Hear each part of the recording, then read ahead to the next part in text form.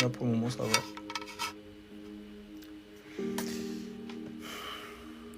« 1 Corinthiens chapitre 14.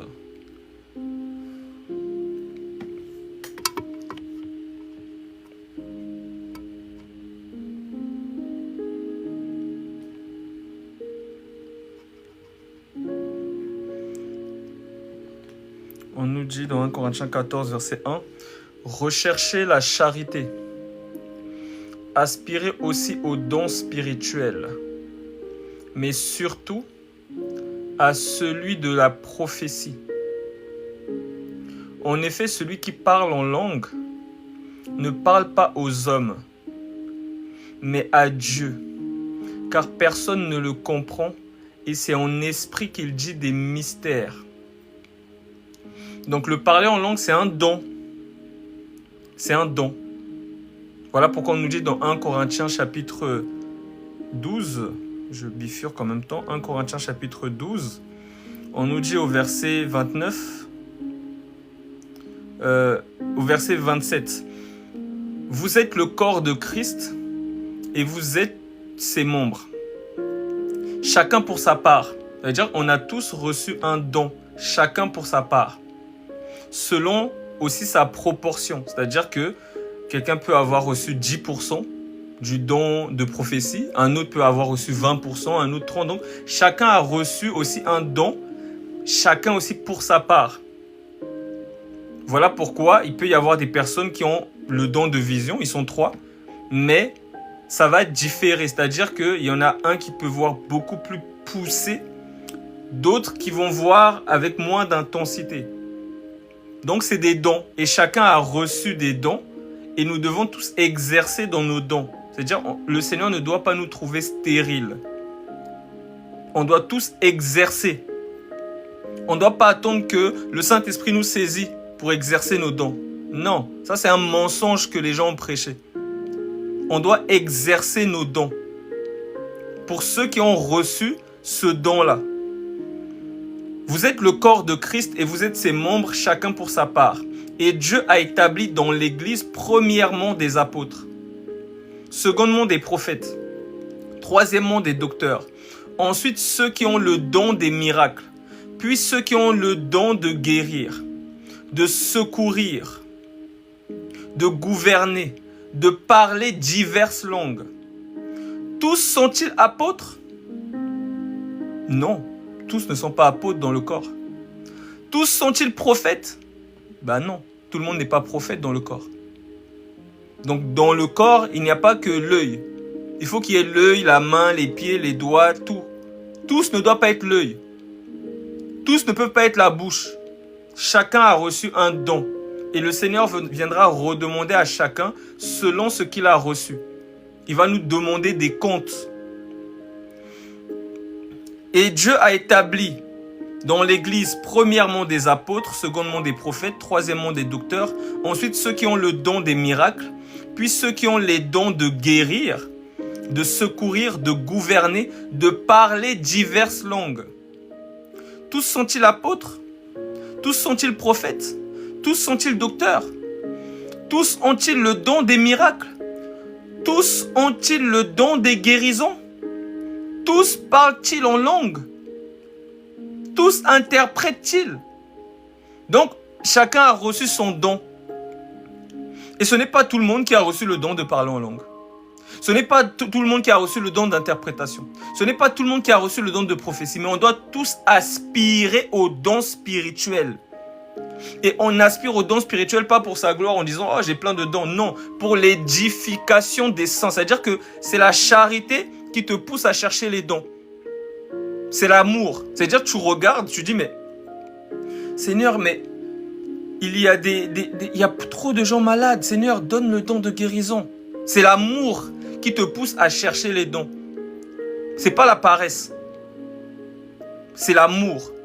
Quand on demande les dons au Seigneur, quand on lui dit « Seigneur, interviens », c'est parce que notre cœur, en fait, le Seigneur nous communique sa compassion pour les âmes. Et donc, on se dit « Mais Seigneur, les gens, ils ont des songes, ils ne comprennent pas. Les frères et sœurs, ils ont des songes, ils ne comprennent pas. Donne le don d'interprétation des songes. Seigneur, regarde.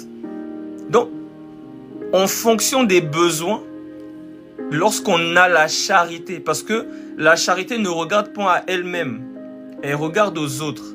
Alors tu regardes, tu vois, mais il n'y a rien qui va. Seigneur, interviens, Seigneur, donne ceci, Seigneur, donne cela. Pas pour ma gloire, pas pour que je sois bien, je dise, regardez, j'ai plein de dons. Non, pour l'édification des saints. Voilà pourquoi le Seigneur dit, vous avez reçu gratuitement. Donnez gratuitement, parce qu'il y a des gens qui vendent leurs dons. Ils ont peut-être reçu un don pour chanter, ils vont commencer à vendre. Ils ont reçu un don pour prêcher, ils vont commencer à vendre. Ils vont reçu un don pour écrire, ils vont commencer à vendre. Ils ont reçu un don pour comment dire, pour organiser, ils vont commencer à vendre. Non. Dans l'église, tout ce qu'on reçoit comme don spirituel, on le donne gratuitement. Voilà pourquoi vous voyez ces gens-là, ils ont un don de prophétie. Ils vont commencer à dire consultation prophétique à 200 €. Tu vois déjà que la personne s'est perdue, elle n'a plus l'amour. Regardez, je vais vous montrer c'est quoi la foi. 1 Timothée, chapitre 1. C'est quoi le but du commandement de Dieu? Pourquoi Dieu, il nous donne des commandements? Et le commandement de Dieu, c'est pas les 10 commandements, hein, parce qu'il y a des gens qui pensent que c'est ça le commandement. Non. Le commandement de Dieu, le plus grand, et on a un autre qui lui est semblable. C'est-à-dire ils sont égaux. Tu aimeras ton Dieu de tout ton cœur, de toute ton âme, de toute ta force, de toute ta pensée. Et tu aimeras ton prochain comme toi-même. C'est ça le commandement. Et c'est quoi le but du commandement de Dieu? On va lire ça. 1 Timothée, chapitre 1, verset 5. Le but du commandement, c'est une charité, un amour venant d'un cœur pur, d'une bonne conscience et d'une foi sincère. C'est ça le but du commandement. Parce qu'il y a des gens hier, ils m'ont sorti des Lévitiques. Oh, regarde, Dieu il a dit, il faut lapider, il faut ceci. Je leur ai dit, mais vous ne comprenez rien. Vous ne comprenez rien. C'est pour ça que l'apôtre Paul, il dit, ils veulent être docteurs de la loi, mais ils ne comprennent ni ce qu'ils disent, ni ce qu'ils enseignent. Vous ne comprenez rien. C'est pas ça le commandement. Quand vous voyez le doigt qui est écrit sur les tables que Moïse il est descendu avec des tablettes. Le doigt de Dieu qui est écrit là. C'est ce doigt-là. Le Seigneur, lorsqu'on lui apporte cette femme qui est prise en flagrant délit d'adultère, on nous dit qu'il se baisse et il commence à écrire avec son doigt. Donc, il nous montre que c'est lui qui a écrit les commandements, la loi de Moïse, toutes ces choses-là, c'est lui qui a écrit. Maintenant, quand il dit que ceux qui n'ont pas péché jettent la première pierre à la dame, il se baisse, il écrit. Il est en train de nous montrer qu'il abolit la première loi. Et il établit le second commandement, qui est « Tu aimeras ton Dieu et tu aimeras ton prochain comme toi-même. » Parce que le prochain, c'est Dieu. J'ai déjà expliqué ça. Hein. Vous pourrez voir dans mon YouTube des listes de Jésus qui est mon prochain. Je pense que c'est ça le titre. J'ai déjà expliqué le prochain. Le prochain, c'est pas d'abord... parce qu'il y a des gens, quand ils font des associations, ils disent que oui, mon prochain... c'est mon frère, c'est ma soeur, c'est lui, le Congolais, c'est... Non, vous n'avez pas encore compris les Écritures. Le prochain, c'est d'abord Dieu. Tu aimeras ton Dieu de tout ton cœur et tu aimeras ton prochain. Le prochain, là, c'est toujours Dieu. J'ai déjà expliqué ces choses. Pour ceux qui ont besoin que je réexplique, je vais revenir dessus, c'est pas un problème. Mais le prochain, c'est Dieu. Et lorsque l'amour de Dieu vient, elle se déverse maintenant sur les autres. C'est-à-dire que tu aimes d'abord Dieu et maintenant tu vas aimer tes semblables. Donc c'est Dieu. C'est ça le but du commandement. Donc quand il se baisse et qu'il écrit, il est en train d'écrire maintenant sur des cœurs. Il écrit plus sur les tables de la loi, non. Il écrit sur des cœurs de chair. Et il écrit avec l'esprit et non avec l'encre. Il écrit avec l'esprit. Donc, c'est la charité qui nous pousse à chercher les dons spirituels. 1 Corinthiens chapitre 14. Verset 1. Recherchez la charité. Aspirez aux dons spirituels, mais surtout à celui de prophétie. Pourquoi? Parce que celui qui prophétise, il parle aux hommes. Et quand tu parles aux hommes, tu les édifies. Car le but d'un don, c'est d'édifier. C'est d'édifier. Ça veut dire que tu dois être construit. Lorsque je finis de parler, tu dois être édifié. Tu dois te sentir fortifié. Tu dois sentir que tu as appris quelque chose, tu as grandi spirituellement. Il s'est passé quelque chose. Sinon, mon don ne sert à rien. Même quand, par exemple, tu as un don, je parle par exemple de la coiffure. Tu coiffes les gens. Lorsque tu as fini de coiffer, ils doivent se regarder dans le miroir et dire « Ah, c'est ça un don. » Un don, c'est pas pour décorer. Un don doit être mis au service des autres. Donc, lorsque tu finis d'exercer ton don, on doit dire ah, alléluia, vraiment. Non, vraiment Dieu t'a béni, il t'a donné un don. Non, vraiment non. Donc, on glorifie même Dieu à cause de ton don. C'est ça le don. Et le don, ça ne s'apprend pas. On ne va pas à l'école apprendre un don. Non. Non. L'école, si je puis dire, peut perfectionner le don. Tu peux perfectionner ton don. Mais le don est inné. C'est-à-dire que lorsque un enfant naît, on ne lui apprend pas à bouger les doigts, à téter. On ne lui apprend pas, c'est naturel. C'est ça le don. Ça veut dire qu'il y a des choses que tu fais naturellement que l'autre ne peut pas faire ou ne fait pas naturellement. Lui, il a besoin de toutes sortes d'efforts. Là, par exemple, quand je prêche comme ça, là, pour moi, c'est naturel. Mais si quelqu'un d'autre se met devant une caméra et commence à parler de Dieu, il va bégayer, il va toujours être là. En même temps, il y a des gens qui l'insultent. En même temps, qu'est-ce que je fais? Il bégaye, il ne comprend pas pourquoi. Parce que ce n'est pas son don. Et on ne force pas. Soit on a un don, soit on ne l'a pas. Et tous les humains ont reçu un don. Alors tous les chrétiens, encore pire, ils ont tous reçu un don. Il n'y a pas un chrétien sur cette terre qui n'a pas reçu un don.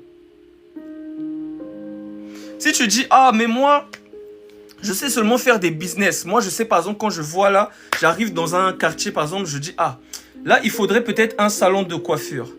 Là il faudrait peut-être que je puisse investir pour qu'on puisse laver des chaussures. Parce que les chaussures s'abîment vite. Et je peux faire ce genre de business pour qu'on puisse laver des chaussures. C'est un don. C'est pas tout le monde qui crée des entreprises comme ça. C'est pas tout le monde qui a ce truc-là, cette fibre-là pour créer une entreprise et pour gérer des ouvriers, des personnes. C'est un don. Et tous les dons qu'on a reçus, à la base, c'est pour le mettre au service du royaume de Dieu. C'est pas pour d'abord nous glorifier en disant « Ouais, regarde, je suis quelqu'un ». Non, c'est pour le royaume de Dieu. Et bien sûr, si par exemple, je sais pas, moi je donne un exemple, tu as un don par exemple pour la coiffure.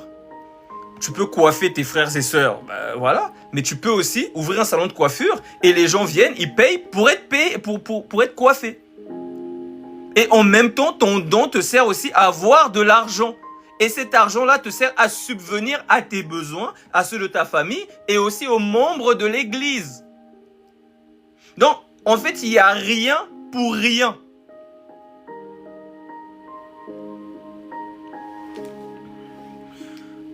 « 1 Corinthiens chapitre 14. Recherchez la charité. Aspirez aussi aux dons spirituels, mais surtout à celui de prophétie.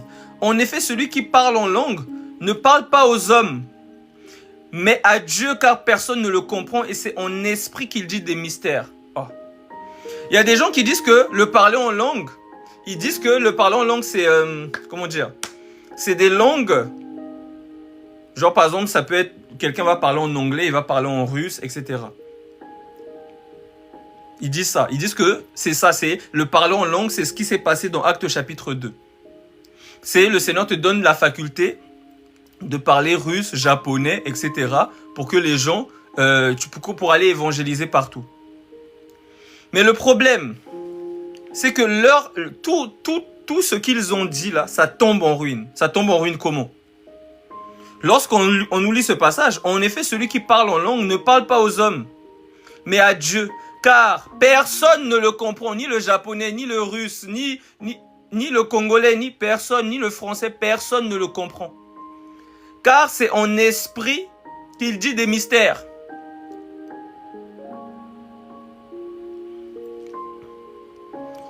Alors ce que nous apprenons des autres personnes, c'est aussi un don, bien sûr. Bien sûr. Si par exemple, je sais pas moi, tu sais cuisiner. Tu apprends à des enfants la cuisine. Tu es en train de transmettre ton don. Parce qu'un don doit être transmis. Les apôtres, ils ont reçu un dépôt, des paroles. Et ils ont transmis ça. Voilà, c'est ça qu'on est en train de lire. Donc s'ils avaient gardé ça pour eux, nous on serait là, on ne saurait même pas ce qui s'est passé. Mais ils ont transmis. La transmission, c'est important. Surtout quand tu as un don, tu ne dois pas te dire je vais mourir avec mon don. Et ça, c'est aussi une mentalité aussi que beaucoup ont. Je dois être le seul à connaître ça. Je dois être le seul.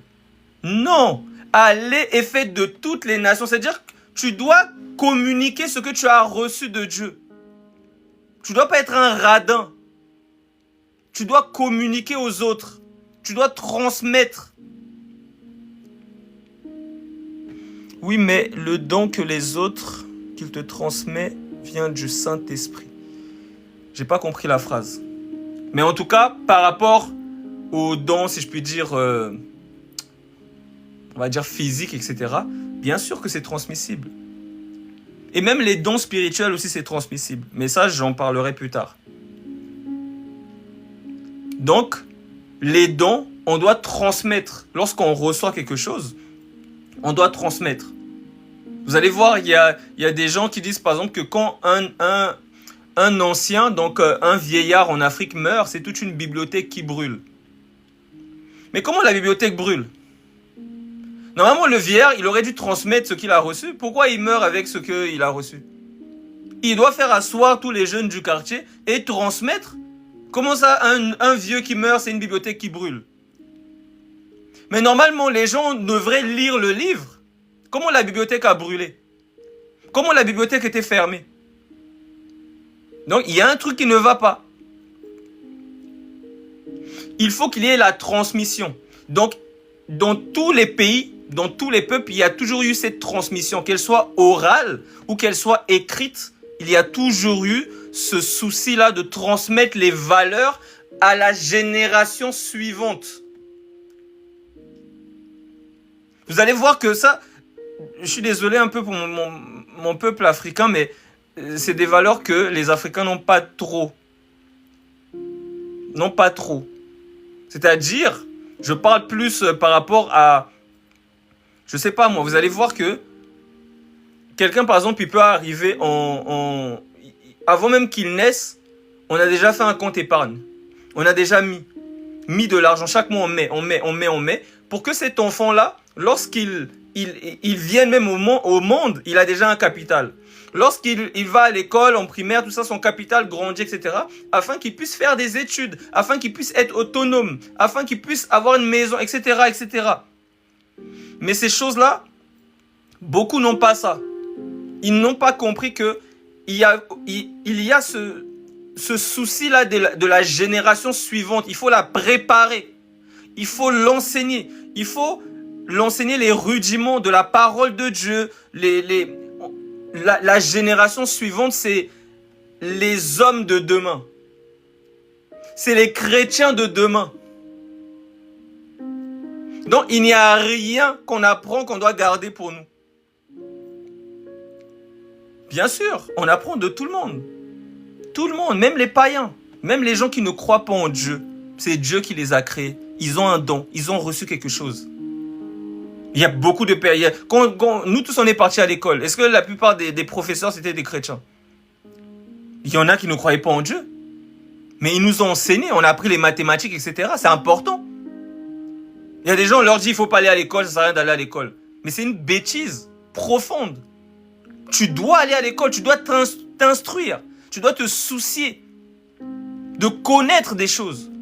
On nous dit que Salomon, lorsqu'il a reçu la sagesse, cette sagesse-là l'a poussé à faire des investigations, à comprendre les plantes, les animaux, les fonds marins, à comprendre.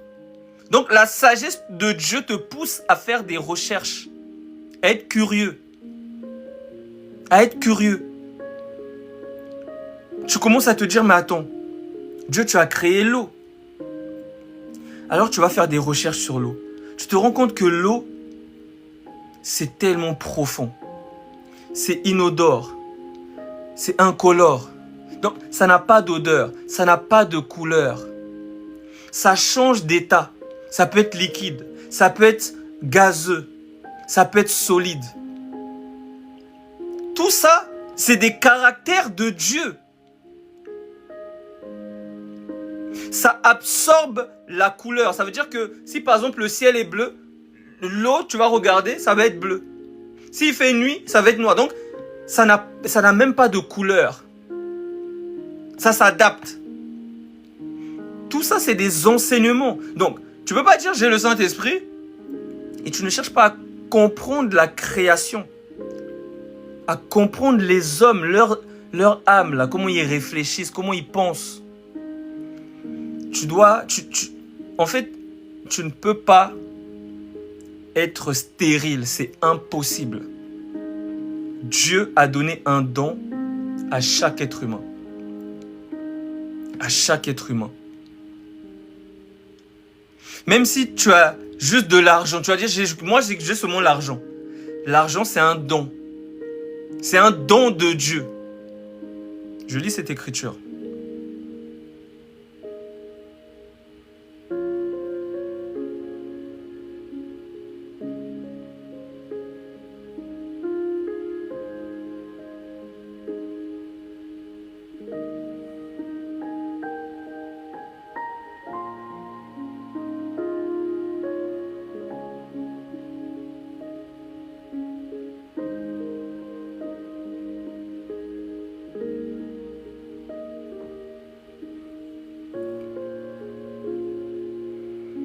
Ecclésiaste, chapitre 3.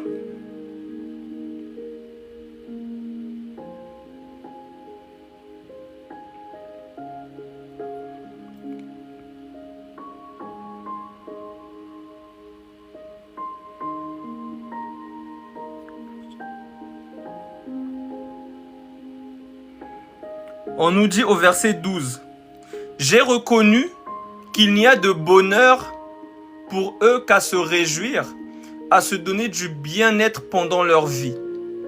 Mais que si un homme mange et boit et jouit du bien-être au milieu de tout son travail, c'est là un don de Dieu. C'est un don de Dieu. Parce qu'il y a des gens qui ne profitent pas de leur argent. Je vous dis la vérité. Il y a des gens qui sont millionnaires, qui sont milliardaires. Ils ne jouissent pas du bien-être de leurs fruits, de leur travail. Ils sont toujours là. En fait, ils ne dorment pas. Ils sont toujours là, voilà, dans des calculs, dans ceci, dans cela. Ils n'ont pas le temps de se détendre, de profiter, de jouir de leur argent. Donc, c'est un don. Et le fait même d'avoir de l'argent, c'est un don. Parce que vous allez voir plein de gens, ils sont là en train de crier, Seigneur, donne-moi le million, Seigneur, ceci. Ils sont là, ils font des jeûnes pour être millionnaires, pour avoir l'argent, tout ça. C'est un don. C'est un don de Dieu. Et ça, ce don-là est le fruit d'un travail. Ça ne descend pas du ciel. C'est pas genre, oh, et tu es riche. Non. Non, c'est pas comme ça. C'est du travail. Mais c'est le Seigneur qui donne cette capacité-là. Non seulement de travailler et de jouir de son argent. Je prends une autre écriture, c'est dans Ecclésiaste toujours, chapitre 5.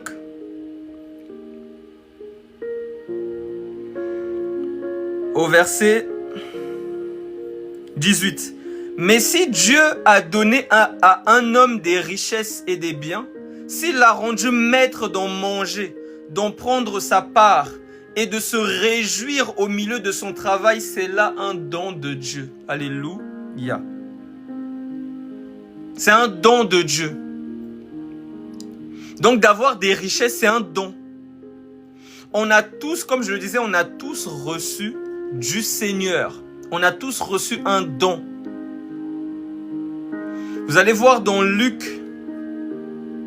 chapitre 8.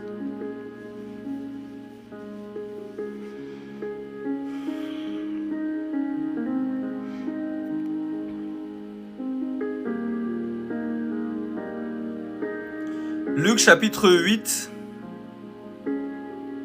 on nous dit au verset 2, « Les 12 étaient avec lui et quelques femmes qui avaient été guéries d'esprits malins et de maladies.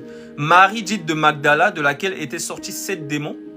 Jeanne, femme de Chouza, intendant d'Hérode, Suzanne, et plusieurs autres qui l'assistaient de leurs biens. » Ça veut dire qu'elles assistaient le Seigneur avec leurs biens, parce que c'était leur don. C'est un don qu'elles avaient de Dieu. Donc, le don que Dieu nous donne, c'est pour lui d'abord. C'est pour lui. C'est pour le servir. Ça veut dire que lorsque tu vas, par exemple, avec tes biens, tu peux soutenir peut-être, je sais pas, un orphelin. Tu peux t'occuper d'un pauvre, quelqu'un qui est dans la rue, tu lui achètes de quoi manger, etc. Tu es en train de le faire pour Dieu. Car il est écrit dans Proverbe que celui qui donne à un pauvre prête à Dieu.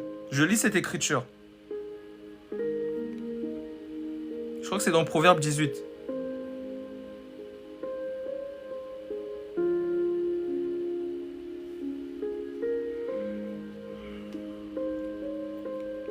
Proverbe 19.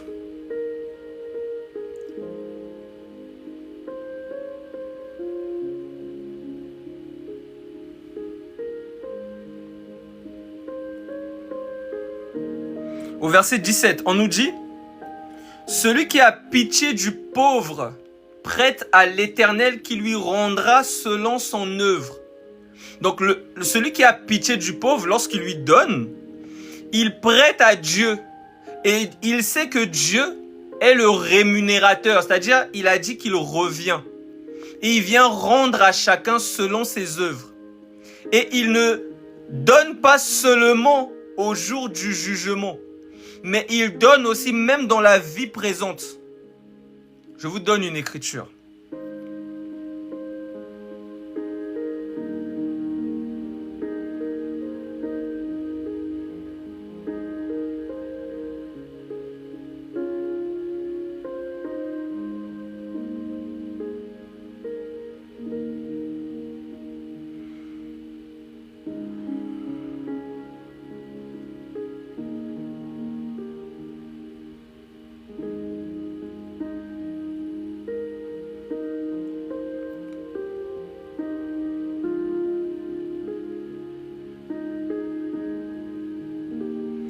« 1 Timothée chapitre 4 » On nous dit à partir du verset 8 « Exerce-toi à la piété. » La piété, c'est de mettre en pratique la parole de Dieu. C'est ça la piété. Exerce-toi à la piété. Donc on doit tous les chrétiens, tous ceux qui croient à la mort et à la résurrection du Seigneur Jésus-Christ et au fait qu'il revient pour rendre à chacun selon ses œuvres. Tous ceux qui croient en cela, ils s'exercent à la piété, à mettre en pratique la parole de Dieu, à ne pas seulement se borner à l'écouter. Ah, j'écoute la parole là, ça fait du bien. Non. Exerce-toi à la piété. 1 Timothée 4, verset 8.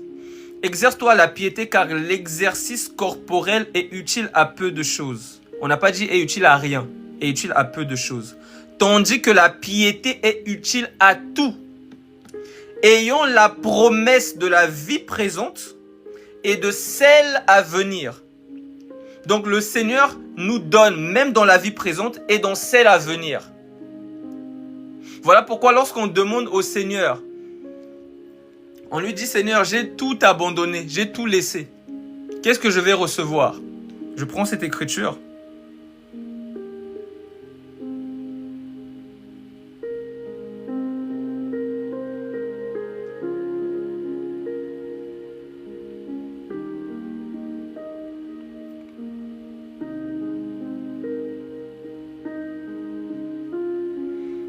Marc chapitre 10.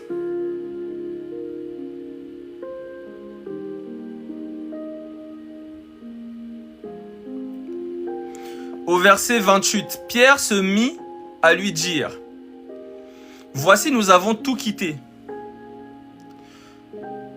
et nous t'avons suivi. » Jésus répondit « Je vous le dis en vérité, il n'est personne qui ayant quitté à cause de moi et à cause de la bonne nouvelle sa maison, ou ses frères. On peut dire, mais attends, la bonne nouvelle est Jésus, mais c'est la même chose. Bah oui, c'est la même chose. C'est comme quand on dit Dieu, au commencement était la parole, et la parole était tournée vers Dieu, et Dieu était la parole. Donc la parole, c'est Dieu. Dieu, c'est la parole. Voilà pourquoi il dit, croyez, que votre cœur ne se trouble point. Croyez en Dieu.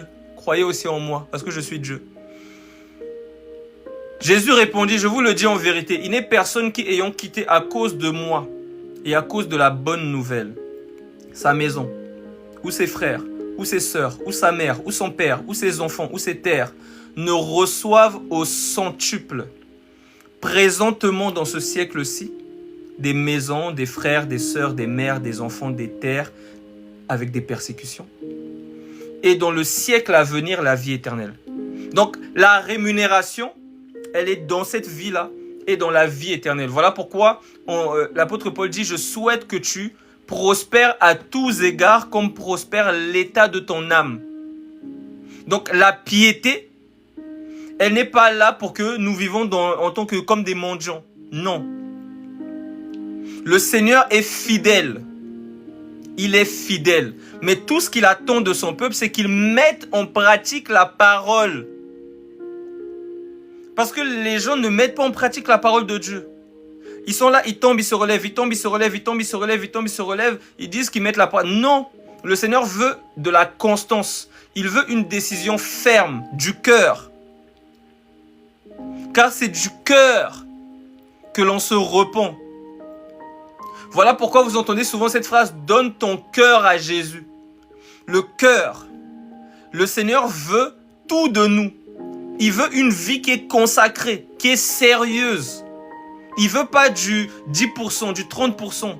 Il veut qu'on soit bouillon, qu'on soit toujours en train de penser à son royaume. Et lui, il va s'occuper du reste. Il dit, cherchez premièrement le royaume des cieux et sa justice. Et le reste vous sera donné par-dessus tout. Donc d'abord le royaume.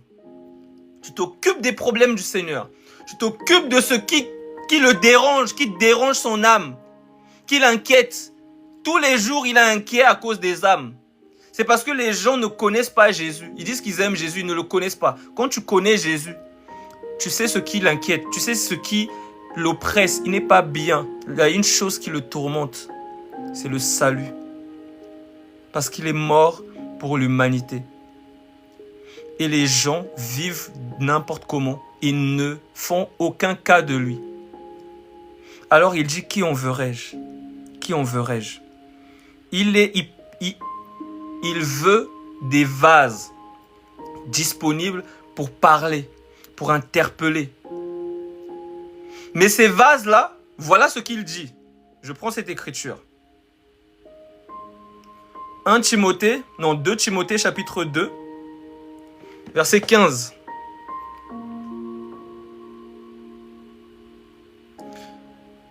Efforce-toi de te présenter devant Dieu comme un homme éprouvé, un ouvrier qui n'a point à rougir, un ouvrier qui n'a point à rougir, qui dispense droitement la parole de la vérité. Au verset 20, il dit, dans une grande maison, il n'y a pas seulement des vases d'or et d'argent. La maison, c'est le monde. Il n'y a pas seulement des vases d'or et d'argent, mais il y en a aussi de bois et de terre. Donc la maison là, ça peut représenter le monde, ça peut aussi représenter l'église. Et il dit, dans une grande maison, il n'y a pas seulement des vases d'or et d'argent, mais il y en a aussi de bois et de terre. Les uns sont des vases d'honneur, les autres sont d'un usage vil, ils servent à rien. Si donc quelqu'un se conserve pur, en s'abstenant de ces choses, tu sais de quoi tu dois t'abstenir. Il sera un vase d'honneur, sanctifié, utile à son maître, propre à toute bonne œuvre. Ça veut dire que Dieu, il attend des vases sanctifiés, qui se purifient et qui sont utiles.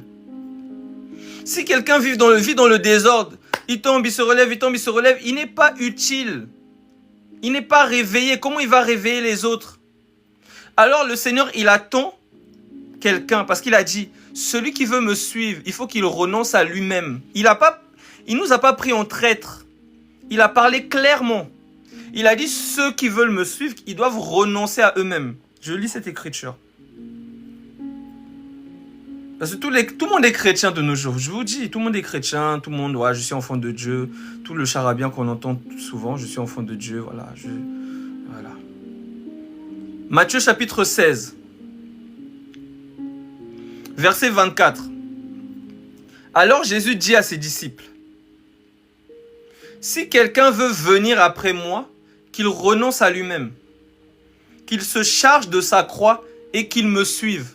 Donc, tu ne peux pas dire que tu es un serviteur du Seigneur ou une servante du Seigneur, tu ne renonces pas à toi-même. Tu vis pour toi. Tu aimes encore ta vie. Le Seigneur, il dit que la femme ne doit pas se parer de perles, de ceci, de bijoux. Toi, tu aimes encore ces choses. Tu dis que tu es serviteur, tu es servante. Tu te moques de qui? Tu te moques de qui? Le Seigneur, il dit qu'il faut renoncer à lui-même. Faut pas regarder les bonnes sœurs catholiques et dire non, elles sont les servantes du Seigneur. Non, c'est pas les bonnes sœurs catholiques qui sont servantes du Seigneur. C'est toi qui as le Saint-Esprit. C'est toi qui as le Saint-Esprit. Donc tu dois renoncer à toi. Et renoncer à soi, ben, comme on dit, ceux qui sont à Jésus-Christ, ils ont crucifié la chair avec ses passions et ses désirs. Donc tu dois crucifier ta chair. Tu dois maintenir ton corps dans la piété. Tu dois traiter ton corps durement. Tu dois être violent avec ton corps, pas avec les gens. Laisse les gens tranquilles. Tu dois être violent avec toi, avec toi-même. Tu dois être violent. Et une violence telle qu'il n'y en a pas sur la terre. C'est-à-dire, je ne sais pas, pense à quelqu'un peut-être qui t'a énervé, quelque chose qu'on t'a fait, ou pense à Satan. Laisse tout ça là. Tu dois être violent envers toi. Comme disait David, mon âme bénit l'Éternel, n'oublie aucun de ses bienfaits. Donc tu dois être violent, tu dois rappeler à ton âme, à ton cœur là, les bienfaits du Seigneur. Tu dois être violent, tu dois être violente, car c'est les violents qui s'en emparent. Le royaume des cieux est forcé, et c'est les violents qui entrent. C'est pas ceux qui disent Seigneur, Seigneur, Jésus, Jésus, c'est pas ça. C'est pas ça. Tout le monde dit Seigneur, Seigneur. Et ce n'est pas tous ceux qui disent Seigneur, Seigneur qui entreront. Je lis, parce que toutes ces choses-là, on vous a déjà lu ça. Mais, comme le Seigneur, il a dit, lorsque le Saint-Esprit viendra, il vous rappellera ce que je vous ai dit. On va vous rappeler les choses-là. Matthieu chapitre 7.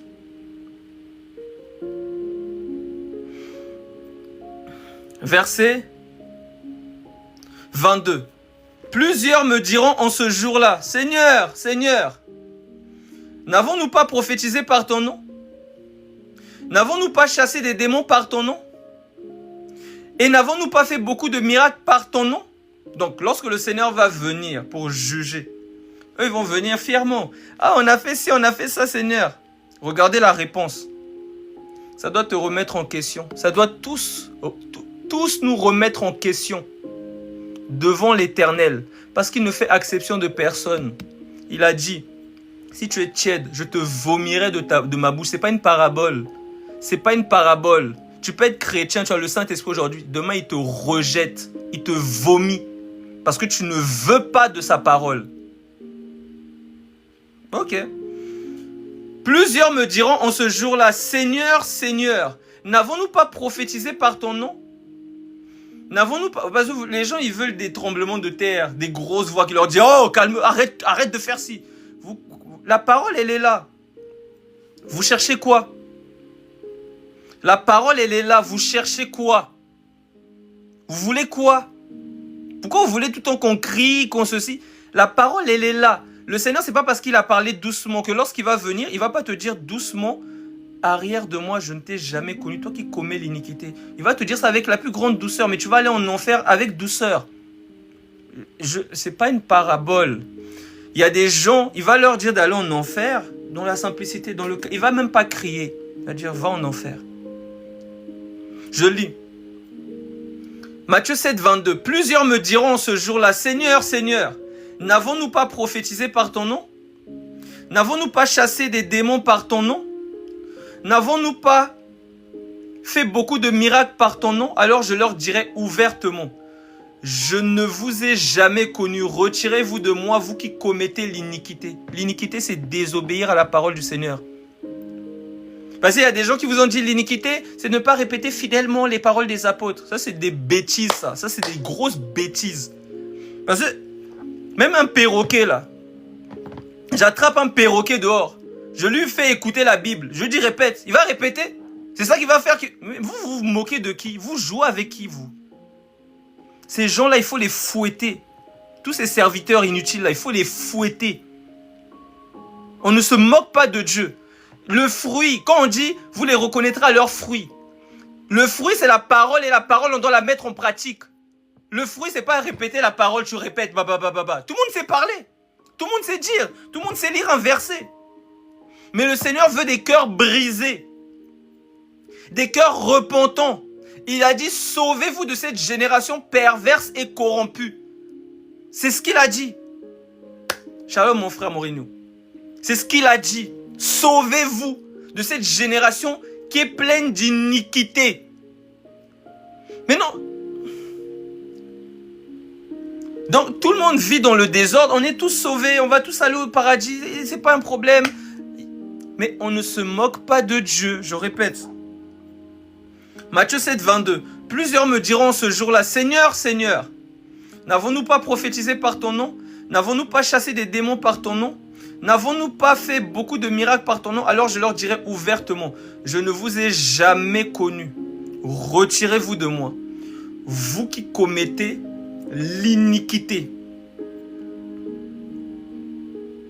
Maintenant, si quelqu'un ne comprend pas c'est quoi l'iniquité, mais il explique juste après. C'est pourquoi quiconque entend ces paroles que je dis et les met en pratique sera semblable à un homme prudent qui a bâti sa maison sur le roc. Donc celui qui écoute les paroles du Seigneur, qui les met en pratique, il vit avec assurance. Et il sait que le Seigneur, lorsqu'il vient, c'est pour le chercher.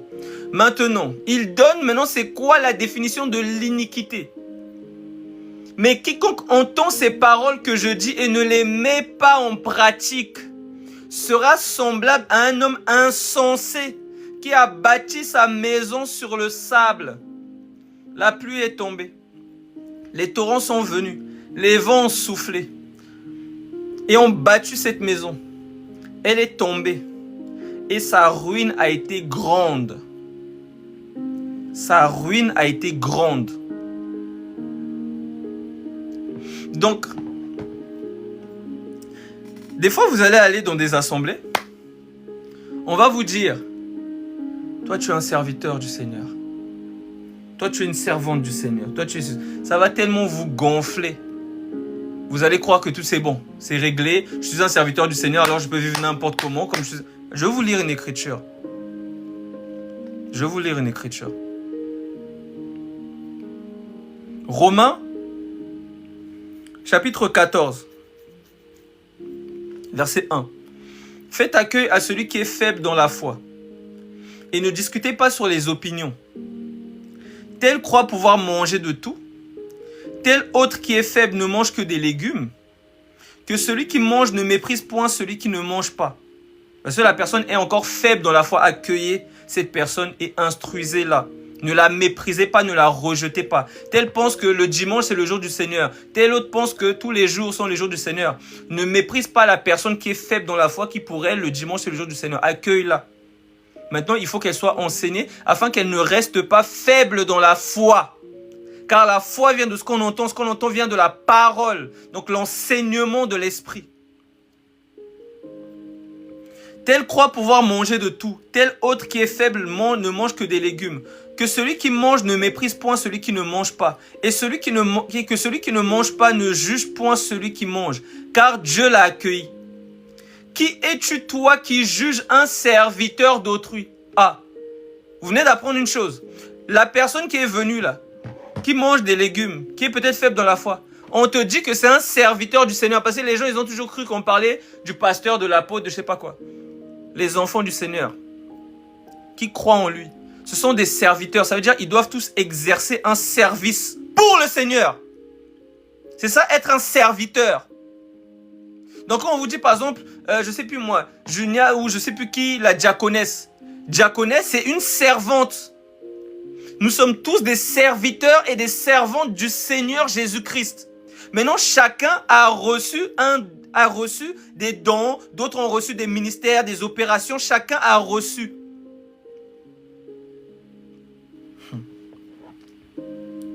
Qui es-tu, toi, qui juges un serviteur d'autrui? S'il se tient debout ou s'il tombe, cela regarde son maître, mais il se tiendra debout, car le Seigneur a le pouvoir de l'affermir. Tel fait une distinction entre les jours, tel autre les estime tous égaux, que chacun ait en son esprit une pleine conviction. Donc, on t'apprend que les enfants du Seigneur, ce sont des serviteurs. Qui es-tu, toi, qui juges un serviteur d'autrui? Donc, c'est le serviteur de Dieu. L'enfant du Seigneur, c'est le serviteur. Parce que quand on dit, ne touchez pas à mes oins, vous voyez déjà les pasteurs, les apôtres, les archibishops. Ça, c'est le manque de connaissance. L'Esprit du Seigneur est sur moi parce qu'il m'a oint. Quand tu as reçu le Saint-Esprit, tu es oint. Ce n'est pas le pasteur seulement qui est oint. Tu es oint. Maintenant, tu dois être enseigné, car on nous dit, il a donné les uns comme apôtres, docteurs, pasteurs, prophètes, etc. pour le perfectionnement des saints en vue de l'œuvre du ministère. Tu as un service à exercer, tu dois être enseigné. Je répète, tu as un service à exercer pour Dieu et tu dois être enseigné. Je dois t'enseigner.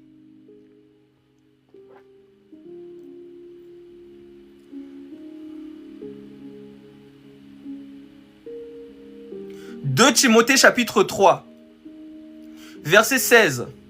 Toute écriture est inspirée de Dieu. » Toute écriture, on parle de la parole, on ne parle pas des journaux, de je sais pas quoi. Toute écriture est inspirée de Dieu et utile pour enseigner, pour convaincre, pour corriger, pour instruire dans la justice, afin que l'homme de Dieu soit accompli et propre à toute bonne œuvre. J'ai une bonne nouvelle à vous annoncer.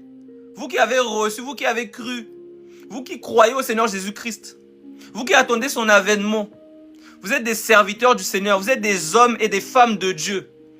Et vous devez être enseignés pour savoir ce que vous devez faire. D'autres ont reçu un ministère, ils doivent intercéder. D'autres ont reçu un ministère, ils doivent aller évangéliser. D'autres doivent utiliser leurs biens pour servir le Seigneur. D'autres doivent ouvrir des orphelinats. D'autres doivent s'occuper des pauvres. Vous avez tous reçu quelque chose. D'autres doivent s'occuper, ils savent faire des choses par rapport à l'informatique. Ils doivent servir le Seigneur avec ça. D'autres savent danser. D'autres savent chanter. D'autres savent dessiner. D'autres.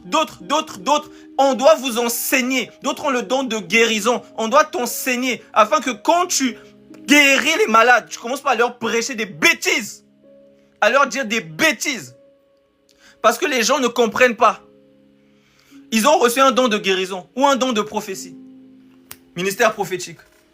Ministère de guérison. Mais c'est quelle folie? C'est qui vous a dit ça? Est-ce que vous savez c'est quoi un ministère? Est-ce que vous savez ce que c'est de s'occuper des brebis du Seigneur, de les encadrer? Est-ce que vous avez été oint pour ça? Est-ce que vous pensez que c'est parce que vous voyez les choses qui sont cachées? C'est ça maintenant qui vous donne le droit d'ouvrir une église. Mais vous avez bu quoi? Il y a même des gens, ils chantent bien, maintenant ils sont devenus pasteurs, apôtres. Ton don c'est chanter, chante. Je sais pas, hein, tu t'appelles, je sais pas moi, comment il s'appelle, Kalombaï ou je sais pas quoi. Tu chantes bien, chante. Ne cherche pas à devenir pasteur, apôtre, ne rentre pas dans des trucs que tu ne maîtrises pas. Tu vas faire n'importe quoi et tu vas attirer le jugement du Seigneur. Que chacun serve selon son rang, là où Dieu l'attend. Il y a des gens, Dieu les attend à genoux. Je lis une écriture. Parce que les gens là, pour eux servir le Seigneur, c'est ouvrir une église. Mais c'est qui t'a dit ça? C'est qui vous a enseigné ça? Servir le Seigneur, c'est ouvrir une église. Voilà pourquoi les femmes, elles sont là. Elles ouvrent une église. Et elles commencent à prêcher. Et quand tu leur dis que non, la femme n'enseigne pas dans l'église, elles sont fâchées. Ils disent, oh, Paul, il était misogyne, ceci, cela, cela. Vous ne comprenez absolument rien de chez rien. Pensez que la vie, c'est une gaufrette.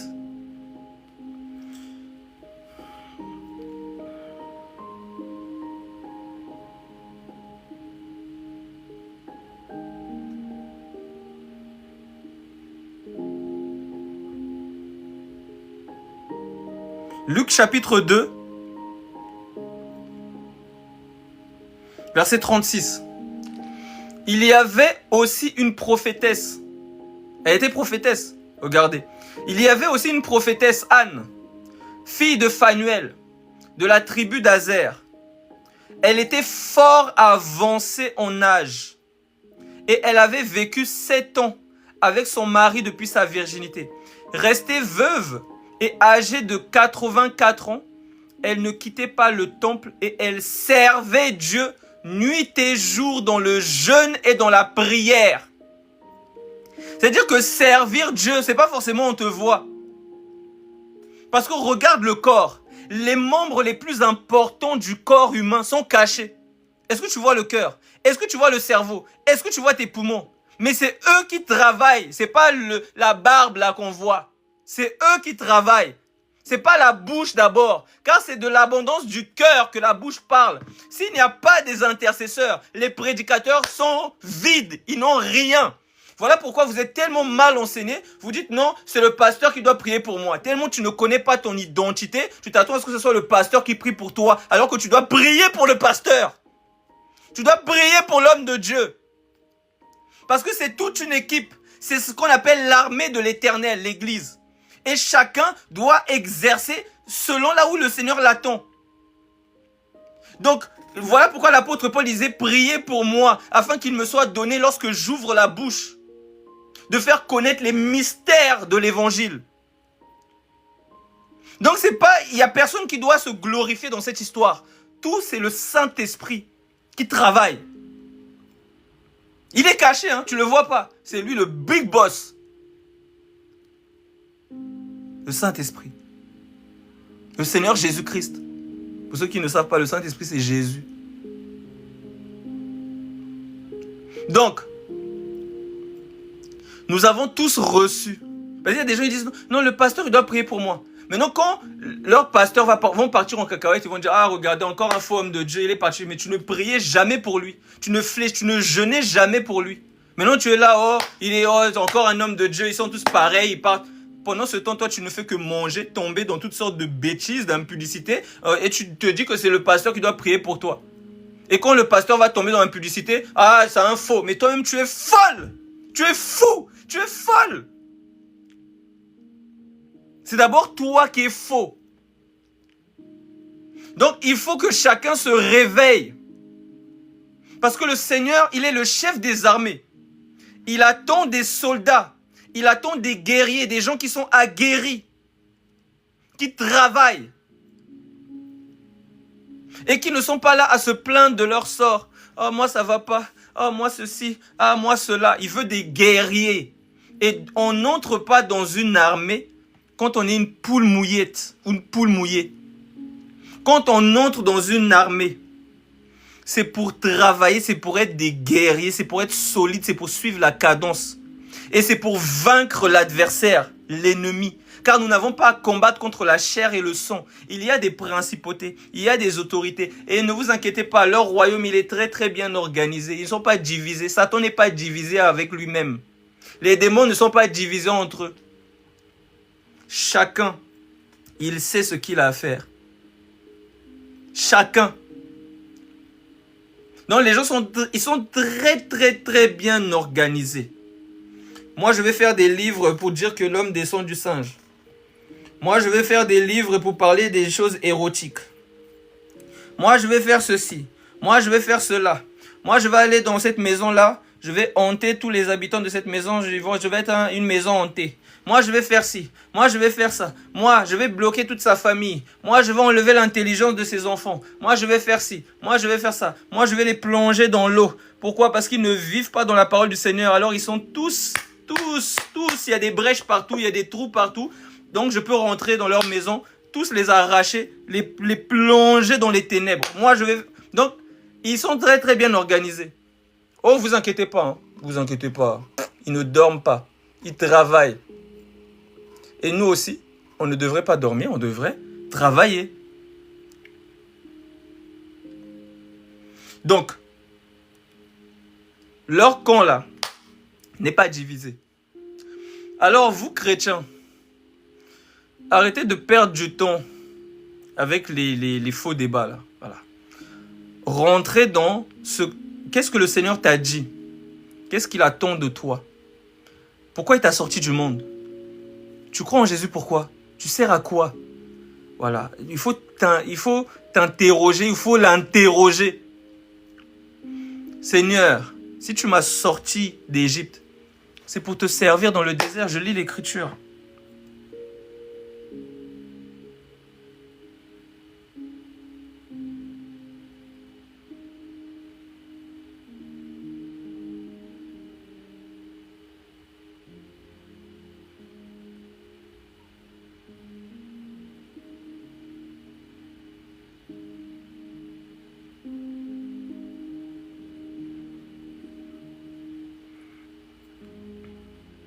Exode chapitre 8.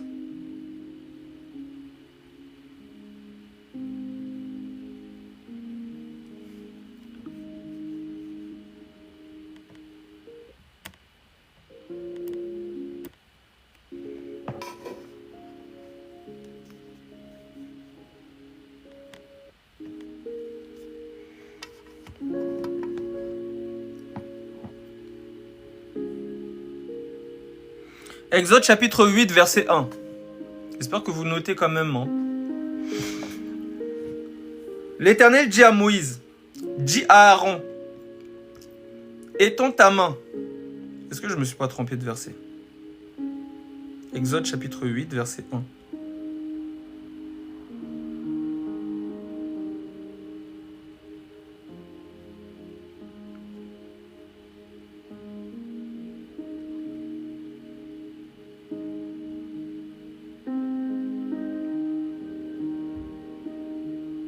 Exode chapitre 7, verset 15. Exode 7, verset 15. Va vers Pharaon dès le matin. Il sortira pour aller près de l'eau et tu te présenteras devant lui au bord du fleuve. Tu prendras à ta main la verge qui a été changée en serpent. Et tu diras à Pharaon, l'Éternel, le Dieu des Hébreux m'a envoyé auprès de toi pour te dire, laisse aller mon peuple afin qu'il me serve dans le désert. Ah.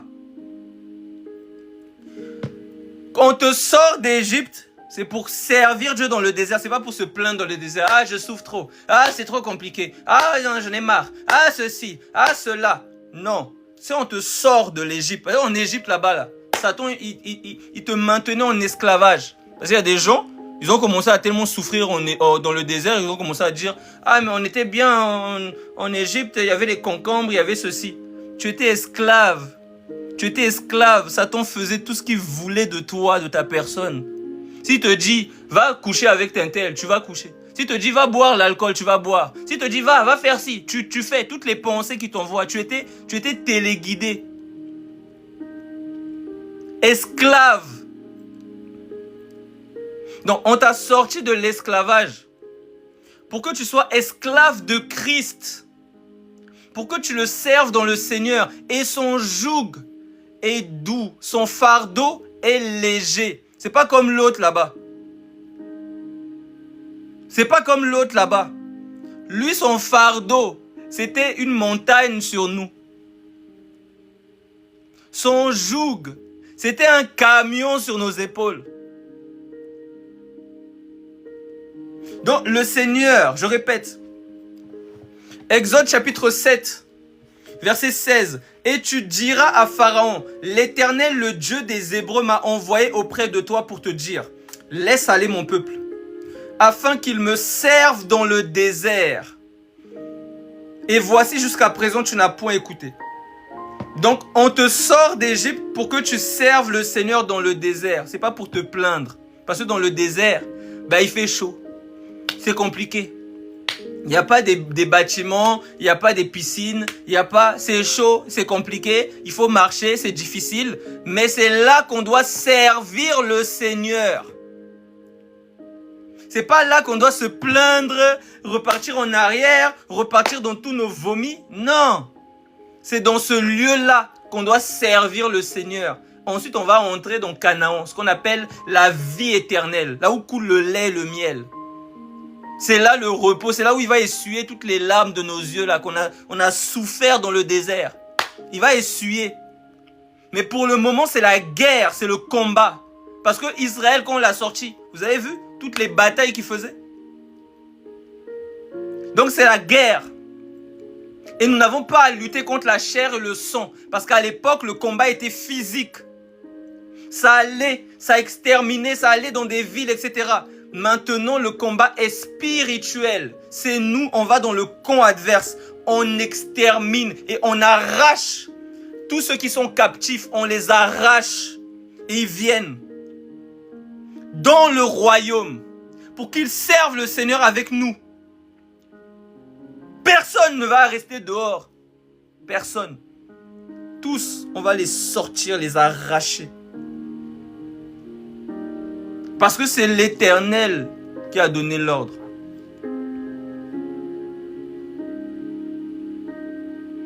Donc, nous sommes des servantes, des serviteurs du Seigneur. Et nous devons tous exercer un don, un service. Je lis 1 Corinthiens chapitre 12.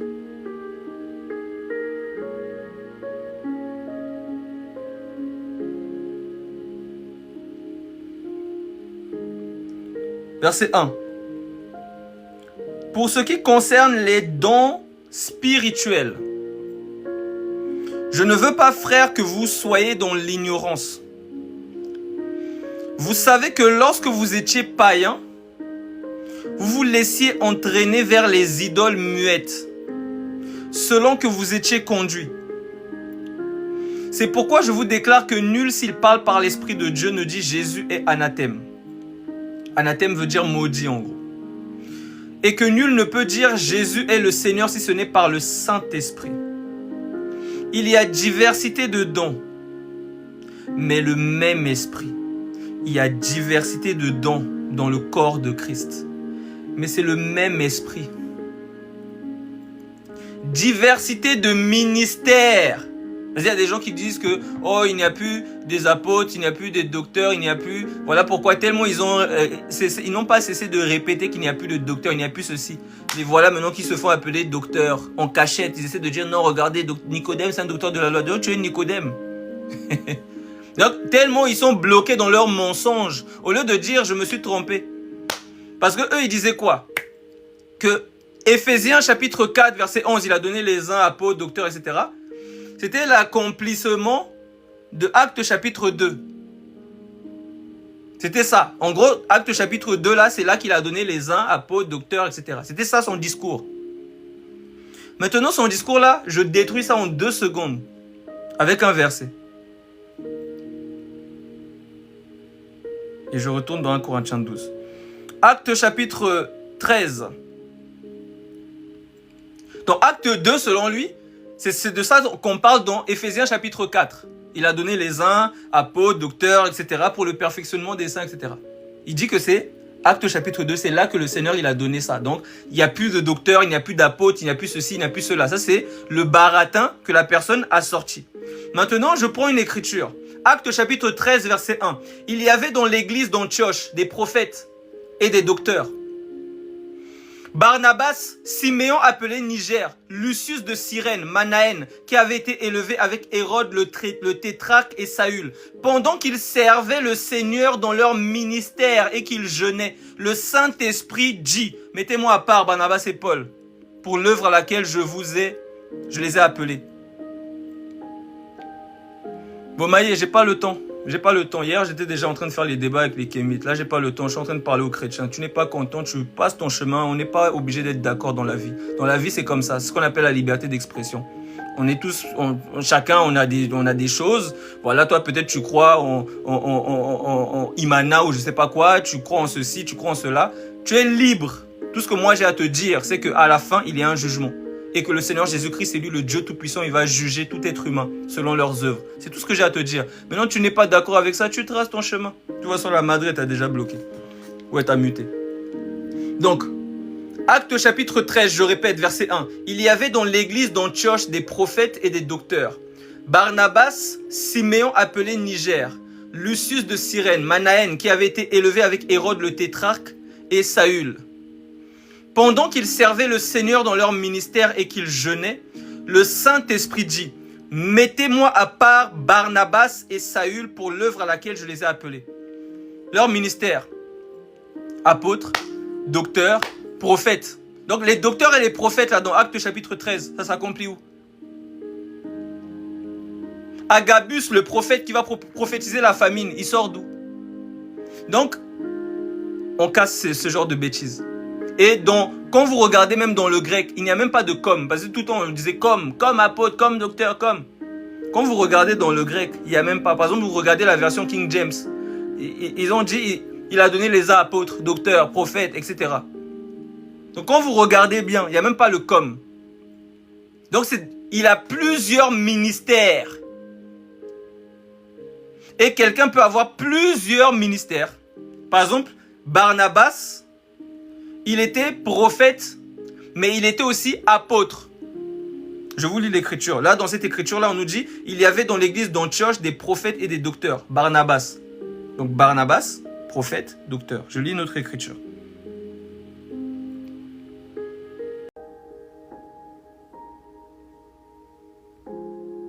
J'essaierai de prendre le temps de vous chercher cette écriture. Dès que je la trouverai, je vais remonter avec. Mais c'était juste pour vous dire que le passage qu'on nous a pris pour nous dire que il n'y a plus de prophètes, il n'y a plus de docteurs, il n'y a plus d'apôtres, etc. Cette écriture-là est désuée. Ça veut dire qu'elle est détruite. C'est faux. Il y a toujours des apôtres, il y a toujours des docteurs, il y a toujours des prophètes et il y a toujours des ministères. Il y a toujours des opérations, il y a toujours comment dire, je prends cette écriture dans 1 Corinthiens chapitre 12. Il y a diversité de dons, mais le même esprit. Diversité de ministères, mais le même Seigneur. Diversité d'opérations, mais le même Dieu qui opère tout en tous. Donc il y a diversité de dons, diversité de ministères, diversité d'opérations. Et c'est tous ces dons-là, c'est le Saint-Esprit qui les manifeste dans nos vies. C'est lui qui travaille. C'est lui qui travaille. Et nous sommes co-héritiers avec Christ. Nous sommes co-ouvriers avec lui. Ça veut dire que on ne doit pas attendre que le Saint-Esprit nous saisisse pour exercer notre don d'interprétation des songes. On ne doit pas attendre que le Saint-Esprit nous saisisse pour commencer à enseigner. De la même manière, on ne doit pas attendre que le Saint-Esprit nous saisisse pour parler en langue, pour prophétiser. Non. On doit être mature dans nos dons spirituels. Maintenant, le Seigneur, nous travaillons avec lui. Nous sommes co-ouvriers avec Christ. Donc le Seigneur travaille avec nous. Voilà pourquoi il nous demande, il nous ordonne d'être puissants et de nous réveiller. Parce qu'il ne peut pas travailler avec quelqu'un qui dort. Il ne peut pas travailler avec quelqu'un qui ne veut rien faire. Il va travailler avec quelqu'un qui est engagé, qui est zélé. Mais quelqu'un qui regarde à sa propre vie, qui est occupé, il ne peut pas travailler avec cette personne. Car deux personnes ne peuvent pas marcher ensemble s'ils ne se sont pas accordés. Deux personnes ne peuvent pas marcher ensemble s'ils ne se sont pas accordés. Donc des fois, tu peux même en train de prier en langue intelligible. Tu parles français, tu pries et le Saint-Esprit te saisit et tu parles toujours en français. Des fois, tu peux parler en langue. Et le Saint-Esprit te saisit, tu parles encore en langue. Ou ton parler en langue change de dimension. Donc, c'est des dons qu'on a reçus. Tu ne vas pas attendre que le Saint-Esprit te saisisse pour prier pour un malade, pour qu'il soit guéri, quand tu as le don des guérisons. Et quand tu as cru, parce qu'on nous dit, voici les miracles qui accompagneront ceux qui auront cru. On ne doit pas attendre. On doit être actif. Car le Seigneur nous a dit, soyez fervents d'esprit et servez le Seigneur. Donc on doit être fervent d'esprit et on doit servir le Seigneur. Le Seigneur nous attend dans le service. On ne doit pas vivre notre vie comme si de rien n'était. Le temps passe. Il y a des hommes qui meurent à 20 ans, d'autres à 30 ans, d'autres à 40 ans. On ne sait pas de quoi est fait demain. Voilà pourquoi on doit être bouillant. On doit vivre chaque jour comme si c'était le dernier. C'est-à-dire tous les jours, on doit être bouillant. Si tu travailles, au travail, sois un témoin. Si tu vas à l'école, sois un témoin. Partout où tu es, sois un témoin de la parole du Seigneur, de son amour, de sa paix. Tu ne dois pas être un instrument d'iniquité, un instrument de division. Tu dois être un instrument pour rassembler, pour amener la paix, la charité, l'unité. C'est là où Dieu attend ses enfants. Chacun a reçu un don particulier, selon l'analogie de la foi. Et il a une sagesse infiniment variée. Même des jumeaux, dans leurs empreintes, ils ne se ressemblent pas. Dans leurs ADN, tu trouves des différences. Donc, tous, nous avons reçu du Seigneur Jésus-Christ. Tous, nous avons reçu de lui. Et nous devons mettre notre don à son service. Or, à chacun, la manifestation de l'Esprit est donnée pour l'utilité commune. En effet, à l'un est donné par l'Esprit une parole de sagesse, à un autre une parole de connaissance, selon le même Esprit, à un autre la foi, par le même Esprit, à un autre le don des guérisons, à un autre, par le même Esprit, à un autre le don d'opérer des miracles, à un autre la prophétie, à un autre le discernement des esprits, à un autre la diversité des langues, à un autre l'interprétation des langues. Un seul et même esprit opère toutes ces choses, les distribuant à chacun en particulier comme il le veut. Donc l'Esprit du Seigneur distribue les dons comme il le veut et il ne se repent pas de ses dons ni de son appel. Voilà pourquoi vous voyez qu'il y a des personnes qui se sont détournées de Dieu, mais ils continuent à exercer leurs dons. Ils ont toujours un don de prophétie. Ils ont toujours un don de guérison. Mais le Seigneur n'est plus là. Quand le Seigneur s'est retiré de Samson, Samson ne savait pas. Il a dit, oh, les Philistins, ils arrivent. Je vais les taper comme les autres fois. Il ne savait pas que l'Éternel s'était retiré de lui. Le Seigneur s'est retiré. Il y a des personnes, le Seigneur s'est retiré d'eux. Ils ont toujours leurs dons. Mais Dieu ne les connaît pas. Saül, le Seigneur s'est retiré de lui. L'Esprit de Dieu qui était en lui s'est retiré. Parce qu'il y a des gens qui pensent que s'ils ont reçu le Saint-Esprit, ils peuvent vivre leur vie n'importe comment, attrister l'Esprit, éteindre l'Esprit, et il n'y a pas de souci. Mais l'Esprit peut se retirer de toi. Peut se retirer. Quand il dit à l'église, je me tiens à la porte et je frappe. Oh, je me tiens à la porte et je frappe. Parce que les gens, ils prennent ça pour aller évangéliser. Ils disent aux païens, aux gens qui ne connaissent pas Jésus, le Seigneur se tient à la porte de ton cœur, il frappe. Oui, mais bien, oui, il frappe à leur cœur. Mais, à la base, cette écriture-là, il est en train de parler à l'église. Il se tient à la porte de notre cœur et il frappe. C'est à l'église qu'il parle. Donc, il se tient à la porte et il frappe. Mais pourquoi il n'est pas à l'intérieur? Question. Pourquoi il parle à l'église, hein? Mais pourquoi il est à la porte? Coco. Pourquoi il n'est pas à l'intérieur? Qu'est-ce qui s'est passé? Il n'y avait pas eu un petit problème? Il n'y a pas eu un quiproquo? Donc il y a quelque chose qui s'est passé. Entre le moment où il était à l'intérieur et le moment où il s'est retrouvé dehors. On l'a chassé. On l'a chassé.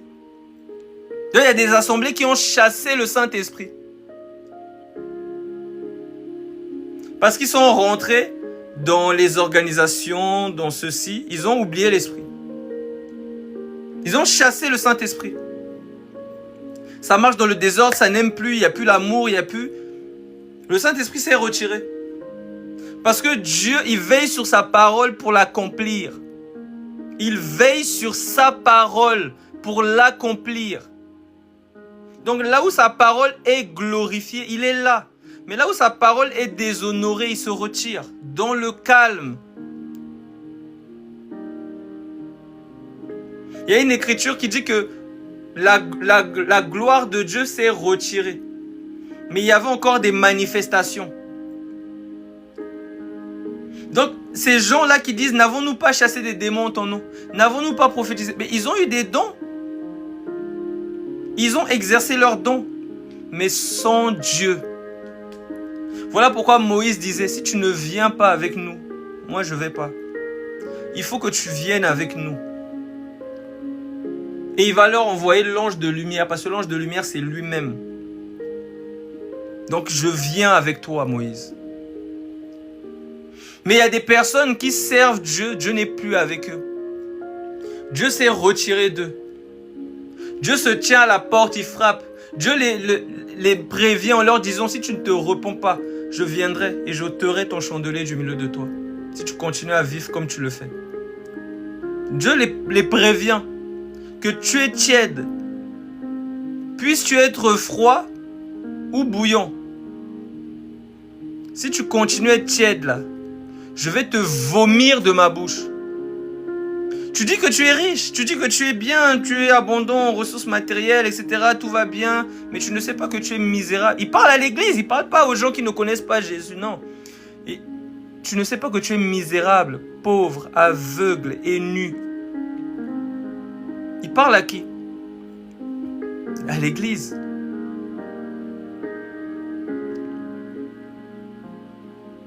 Donc, il y a des personnes qui ne veulent pas s'examiner. L'apôtre Paul disait, examinez-vous vous-même pour savoir si vous êtes encore dans la foi.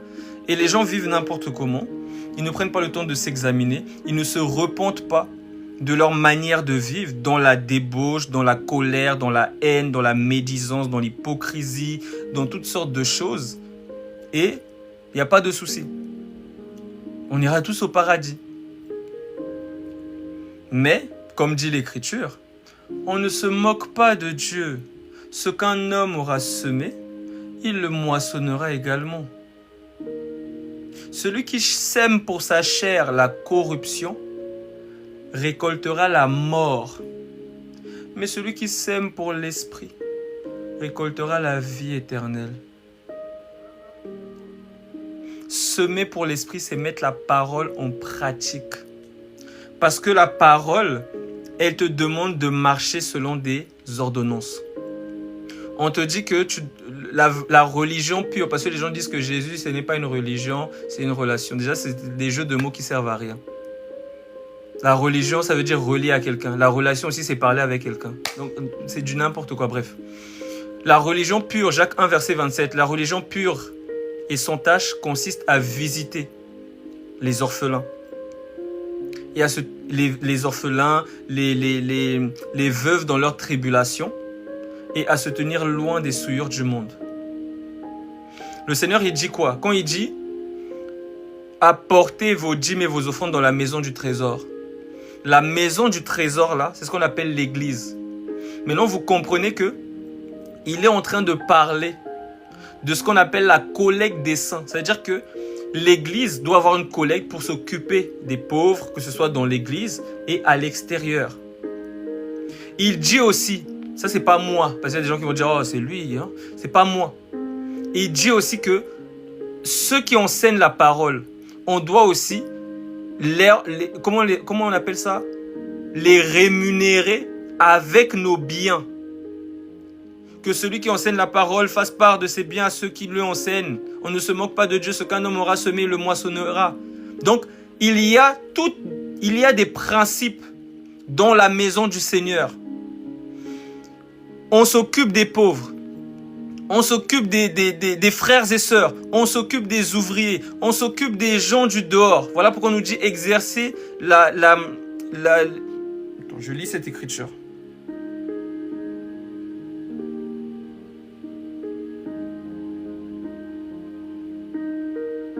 Parce que tellement il y a eu des faux hommes de Dieu, des gens qui commençaient à jouer avec les Écritures, on pense que les Écritures sont abolies, quoi.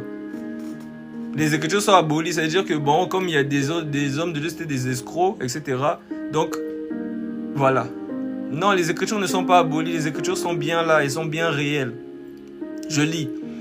Galates chapitre 6, verset 6. Que celui à qui l'on enseigne la parole fasse part de tous ses biens à celui qui l'enseigne. Et j'avais déjà expliqué, faire part de tous ses biens, c'est comme lorsqu'on te dit que tous les habitants de la Judée sont venus pour être baptisés par Jean-Baptiste. Est-ce que tous les habitants d'Israël plutôt? Est-ce que tout Israël a pris son baptême? Bien sûr que non. Ça veut tout simplement te dire qu'il y a des personnes qui ont pris leur baptême. On nous dit que Dieu a tant aimé le monde qu'il a donné son Fils. Mais est-ce que c'est tout le monde qui croit? Non. Quiconque croit, il a la vie éternelle. Donc quand on dit que celui à qui l'on enseigne la parole fasse part de tous ses biens, c'est tout simplement faire part de ses biens. C'est pas prendre tout ce qu'il y a dans ta maison, tu vides, tu vas donner, ça n'a rien à voir. Donc parce qu'il y a des gens, ils n'expliquent pas les Écritures. Ils lisent ça comme ça pour que tu commences à culpabiliser. Tu dis, ah, il faut que je prenne tout ce qu'il y a dans ma maison, j'allais donner à l'homme de Dieu. Folie. Folie. Maintenant, tu vas payer ton loyer comment? Tu vas manger comment? Tu vas t'occuper de tes enfants comment? C'est n'importe quoi. Que celui à qui l'on enseigne la parole fasse part de tous ses biens à celui qui l'enseigne. Ne vous y trompez pas, on ne se moque pas de Dieu. Ce qu'un homme aura semé, il le moissonnera aussi. Celui qui sème pour sa chair, moissonnera de la chair la corruption. Mais celui qui sème pour l'esprit, moissonnera de l'esprit la vie éternelle. Donc semer pour l'esprit, c'est utiliser ses biens pour les choses de l'esprit. Ne nous lassons pas de faire le bien, car nous moissonnerons au temps convenable, si nous ne nous relâchons pas. Ainsi donc, pendant que nous en avons l'occasion, pratiquons le bien envers tous, et surtout envers les frères en la foi. Donc, les Écritures sont là, et le Seigneur veut que les enfants du Seigneur soient des serviteurs, qu'ils servent selon le don qu'ils ont reçu. Tu as reçu un don de prophétie, de, je sais pas moi, pour chanter. Tu as reçu un don, je sais pas, tu maîtrises l'informatique, tu sais jouer au piano, tu sais jouer d'un instrument de musique, tu sais dessiner, tu sais danser. C'est pas pour danser les ndombolo, les rakatakuta, c'est pas pour ça. Voilà, parce que hein, on vous connaît. Tu as reçu quelque chose de Dieu. Ce don-là, tu dois l'utiliser pour la gloire de Dieu. Tout ce que vous faites en parole, en œuvre, faites-le pour la gloire de l'Éternel. Tout ce qu'on reçoit là, c'est pour la gloire du Seigneur. Tout ce qu'on fait, c'est pour la gloire du Seigneur. Mon frère Mac, tu me fais rire.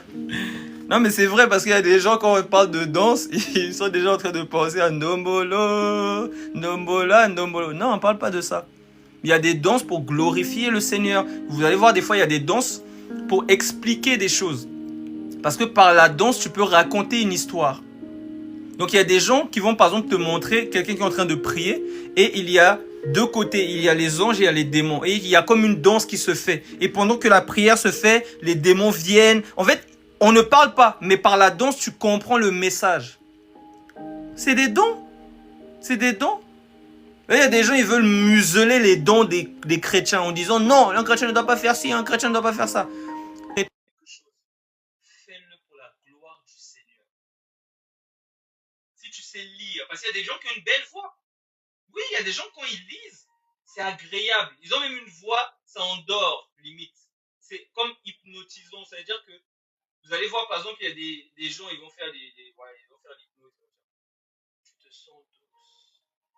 Tu sens que tu es paisible. Tu sens que... Voilà, ils vont leur charabia. Mais cette voix-là, au lieu d'utiliser pour endormir les gens, utilise ça peut-être pour lire la parole. Peut-être il y a des Bibles audio, des gens ils ont des voix bizarres. Je lis un chapitre 1, je lis un chapitre. Utilise ta belle voix, tu lis la Bible. Bible en audio, tu fais peut-être, je sais pas, un truc, une page YouTube, tu mets avec ta voix là, les gens vont écouter la parole des fois. Des fois, ils n'arrivent pas à prier, ils n'arrivent pas à méditer la parole. Quand ils lisent, ils s'endorment. Alors, ils sortent, ils vont faire du sport, ils mettent la Bible, ils entendent. Et en même temps, ils entendent la parole du Seigneur. Le son est bas, mon frère. Là, vous m'entendez ou pas? C'est chez tout le monde que le son est bas? En plus, je dois bientôt vous laisser parce qu'on a un dessin. Ah, je sais pas.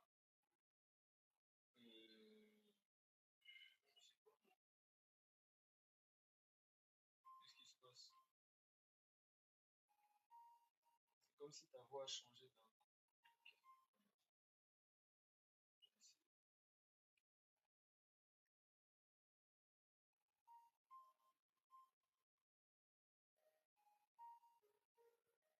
Et là, est-ce que vous m'entendez ou c'est toujours pareil? Vous m'entendez bien ou c'est toujours le son est toujours lointain?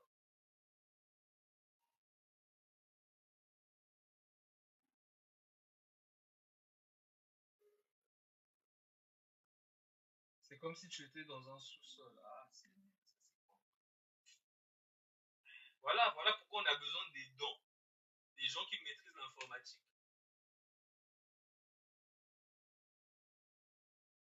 Des fois, on a besoin de ce genre de dons.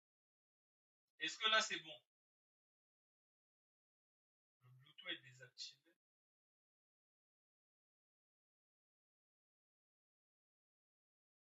Non, non, c'est bon en fait.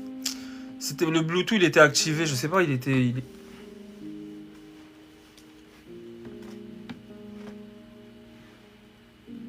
Mon Bluetooth s'est activé tout seul avec mes écouteurs sans fil. Je sais pas pourquoi. Ouais. Non, mais c'est désolé, hein, je sais pas comment ça s'est opéré cette histoire là, j'ai pas trop compris. Donc voilà ce que j'étais en train de dire. Donc que chacun de nous puissions exercer notre don au service des autres. Mettez votre don au service des autres. C'est par là aussi que tu sais que tu es un enfant de Dieu. Je lis cette écriture. Parce que l'ivraie, quand on parle de l'ivraie, l'ivraie égoïste ne met pas son don au service des autres, ne pense qu'à lui, est centré sur lui, etc. Donc, dans Hébreux chapitre 6,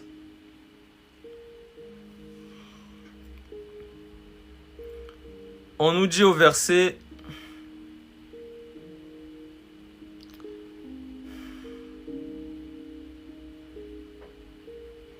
Hébreux chapitre 6, verset 7. Lorsqu'une terre est abreuvée par la pluie qui tombe souvent sur elle, et qu'elle produit une herbe utile à ceux pour qui elle est cultivée, elle participe à la bénédiction de Dieu. Mais si elle produit des épines et des chardons, elle est réprouvée et près d'être maudite, et on finit par y mettre le feu. Donc une bonne terre doit produire une herbe utile à celui qui cultive la terre. Verset 9. Quoique nous parlions ainsi, bien-aimés, nous attendons pour ce qui vous concerne des choses meilleures et favorables au salut. Quand on dit « je travaillais pour votre salut », les gens ne comprennent pas. Car Dieu n'est pas injuste pour oublier votre travail et l'amour que vous avez montré pour son nom, sa parole, ayant rendu et rendant encore des services aux saints. Ayant rendu et rendant encore. Donc ça montre le commencement et la persévérance. Parce qu'il y a des gens, parce que la fin d'une chose vaut mieux que son commencement. Il y a des gens, ils commencent à mettre leurs dons au service des saints, ensuite ils s'arrêtent. Et ils retournent dans le monde, ils retournent dans ce qu'ils ont à faire, ils en ont que faire. Ils disent, ah, moi, je souffre trop, c'est moi qui dois servir les gens. Moi-même, je souffre, moi, j'ai mes trucs, moi-même, j'ai mes problèmes. Il faut encore servir. Ils n'ont rien compris. Ils n'ont rien compris. C'est eux, hein, vous voulez vous croiser après. Ah, je suis devenu kémite, c'était trop dur la vie chrétienne. Tu n'avais pas la charité. C'est la charité qui te garde dans la foi. Je répète, c'est la charité qui te garde dans la foi. Parce que quand tu as la charité, bah, tu vas exercer ton don. Par exemple, là, je suis en train d'exercer mon don. Pendant que j'exerce mon don, est-ce que je suis dans la distraction? Est-ce que je suis en train de... Non. Parce que je suis en train d'exercer mon don. Quand je suis en train de prier dans le secret, bah, je suis en train d'exercer parce que j'ai la charité. Je me soucie des âmes qui se perdent. Des gens qui sont, qui sont malades, qui sont possédés, etc. Donc, pendant que j'ai la charité, Satan a du mal à m'avoir. Mais si ma charité se refroidit, parce qu'on nous dit qu'à cause de l'iniquité d'un plus grand nombre, la charité se refroidira. Donc, il y a des gens, j'entends souvent ce discours. J'étais dans telle église, le pasteur c'était un escroc, je donnais beaucoup, j'ai donné presque 10 000 euros. Maintenant c'est bon, je donne plus. Donc la charité s'est refroidie. La personne a oublié que le Seigneur lui-même, il donne aux bons comme aux méchants. Et il savait que Judas piquait dans la caisse, il le laissait piquer. Parce que sa nature, c'est de donner. Il donne même des enfants aux gens qui l'insultent, qui disent que oh, votre Dieu, ceci, le Dieu des Blancs, badadi, badada. Il leur donne des enfants, il leur donne le souffle de vie. C'est le cœur du Père, la libéralité, la charité. C'est son cœur. Il n'est pas là en train de dire, ah, j'aurais jamais dû donner les enfants à cette-là. Hein. Et regarde comment elle ne me sert pas. Non. Le Seigneur, on nous dit qu'il y a 10 lépreux qui sont venus pour être guéris. Pour la guérison. Il savait très bien que parmi les 10 lépreux là, il n'y en avait qu'un qui allait revenir pour le servir. Les autres, ils allaient faire leur vie. Ils venaient juste pour la guérison. Ils n'avaient rien à faire de Dieu. Il le savait. Mais quand ils sont venus, ils ont demandé la guérison. Il les a guéris. Ensuite, ils sont partis. Il n'y en a qu'un seul qui est revenu pour rendre gloire à Dieu. Le Seigneur a dit, mais n'ai-je pas guéri 10 personnes? Mais comment ça se fait qu'il n'y a que toi? Ils sont où les 9 autres? Mais est-ce qu'ils ne savaient pas? Mais bien sûr qu'ils savaient. C'est la charité. C'est le cœur de Dieu. Mais il ne regarde pas, il n'est pas là dans les calculs. Les gens qui disent, ah, lui là, quand j'étais avec elle, je lui faisais du bien. Maintenant, je lui parle plus. Ah, j'ai perdu au moins, telle somme. Aïe, aïe, aïe. Non, vraiment, je regrette. Hein. Ne regrette pas le bien que tu as fait. Sois joyeux, sois joyeuse. Parce que tu as été un enfant du Seigneur. Tu as manifesté le cœur d'un enfant de Dieu. Si tu t'es fait escroquer, c'est la vie. Nous, souvent, les gens qui ont le cœur sur la main, on se fait facilement escroquer. Si vous voyez les gens qui appellent, là, qui font des canulars, oh, il faut soutenir telle association, il faut faire ceci, il faut faire cela, il faut faire ci. Oh, il y a un truc pour l'énergie, ceci, je sais pas quoi. Ils vont escroquer qui? Mais les gens qui ont le cœur sur la main, qui sont un peu naïfs, tout ça. On se fait avoir. Après, bon, il faut faire attention. Parce qu'on nous dit qu'il y a des loups. Donc, il faut faire attention. Soyez douces comme des colombes, prudents comme des serpents. Il y a des gens, ils ont gardé la douceur, ils ont oublié la prudence. Maintenant, quand vous vous êtes fait escroquer, maintenant, il faut être prudent. On vous dit qu'il faut reconnaître un homme de Dieu. Vous les reconnaîtrez à leurs fruits. Donc, il faut observer les fruits de la personne et la parole que la personne nous prêche si elle nous édifie. Tant que la personne est dans la vérité, gloire au Seigneur. Mais si la personne s'égare, commence à maltraiter, je lis cette écriture.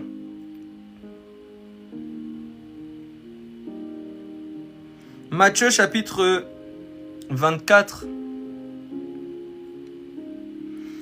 verset 45. Quel est donc le serviteur fidèle et prudent que son maître a établi sur ses gens pour leur donner la nourriture au temps convenable? Heureux ce serviteur que son maître à son arrivée trouvera faisant ainsi. Je vous le dis en vérité, il établira sur tous ses biens.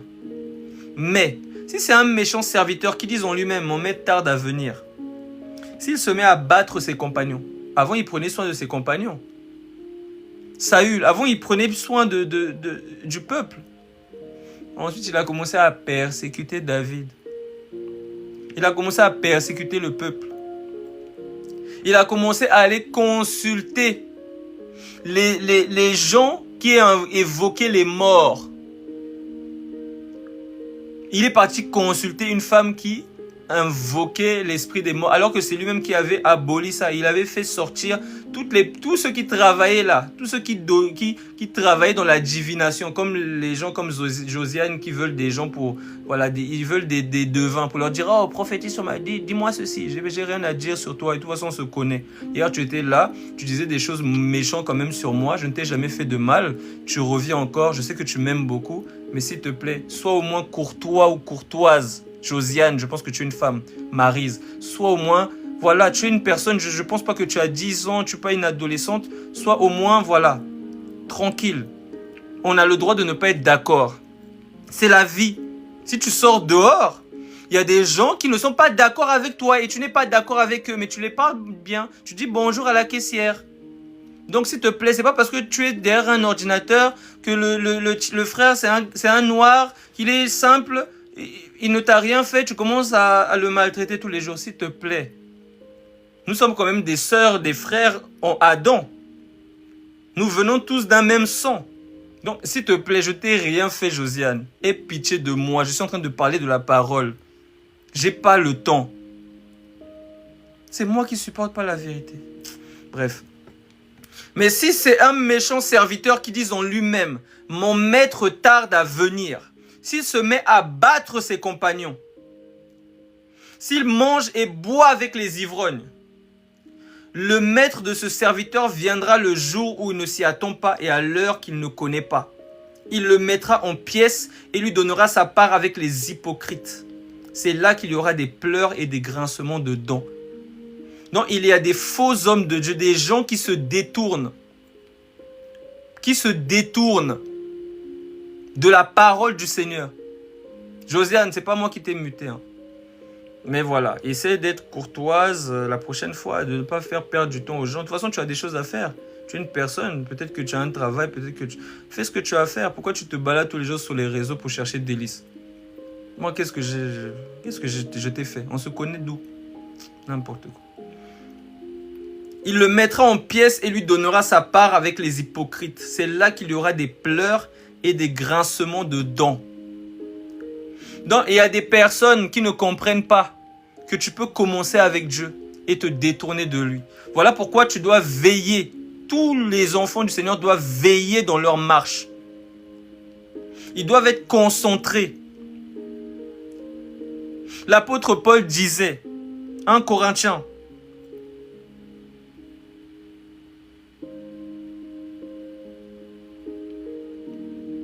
chapitre 9, verset 26. Moi donc, je traite durement mon corps. Je répète, 1 Corinthiens 9, verset 26. Moi donc, je cours non pas comme à l'aventure. Je frappe non pas comme battant l'air. Je frappe pas dans le vide, dans le vent, je sais pas où je frappe. Voilà, comme les gens qui... J'envoie le feu, ils envoient le feu partout. Ils sont toujours bloqués, toujours enchaînés. Ils envoient le feu. Ils savent même pas où est-ce qu'ils envoient le feu. Ils font n'importe quoi, ils ne connaissent rien. Moi donc, je cours non pas comme à l'aventure. Je frappe non pas comme battant l'air. Mais je traite durement mon corps. Je le tiens assujetti, de peur d'être moi-même rejeté après avoir prêché aux autres.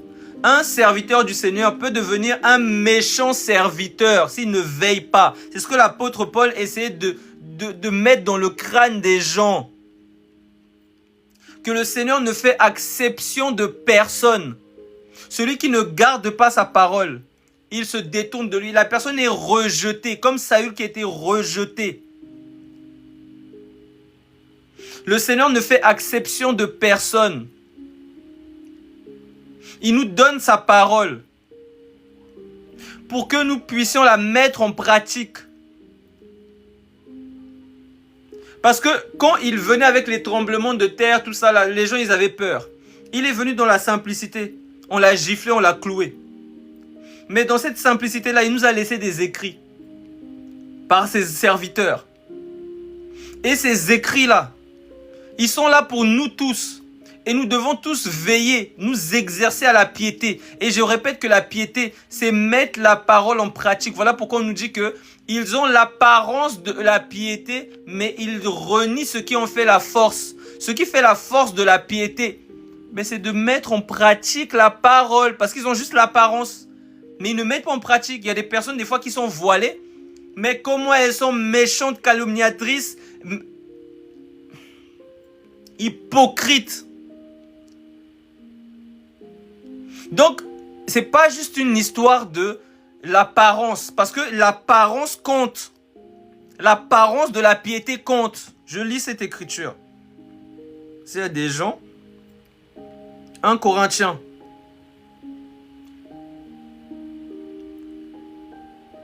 Chapitre 7.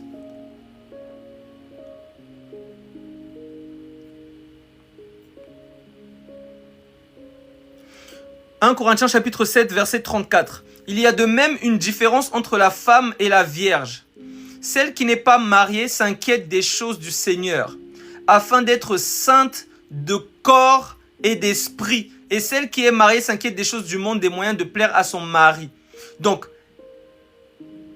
s'inquiète des choses du Seigneur afin d'être sainte de corps et d'esprit. Je lis notre écriture. C'est dans 1 Timothée. Ou Tite, je vérifie.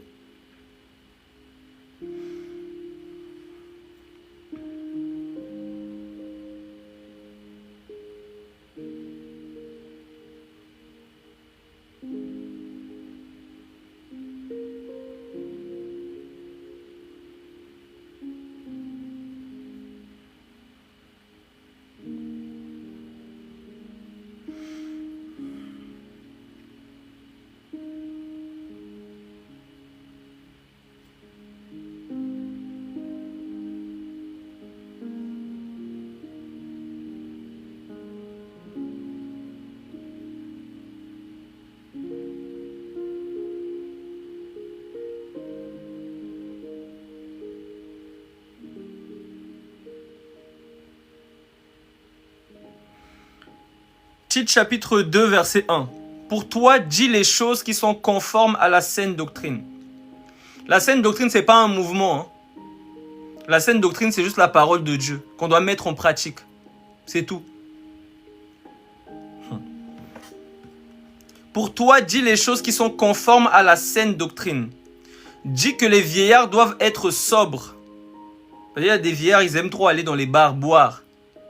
Jouer au boule, là. Ils jouent, ils lancent les... Ils sont là toute la journée en train de lancer... C'est pas possible. Dis que les vieillards doivent être sobres, honnêtes, modérés, saints dans la foi, dans la charité, dans la patience. Dis que les femmes âgées doivent aussi avoir l'extérieur qui convient à la sainteté. N'être ni médisantes, ni adonnées au vin, qu'elles doivent donner de bonnes instructions. Pourquoi? Dans le but d'apprendre aux jeunes femmes à aimer leurs maris et leurs enfants et être retenues chastes, occupées aux soins domestiques, bonnes, soumises à leur mari, afin que la parole de Dieu ne soit pas blasphémée.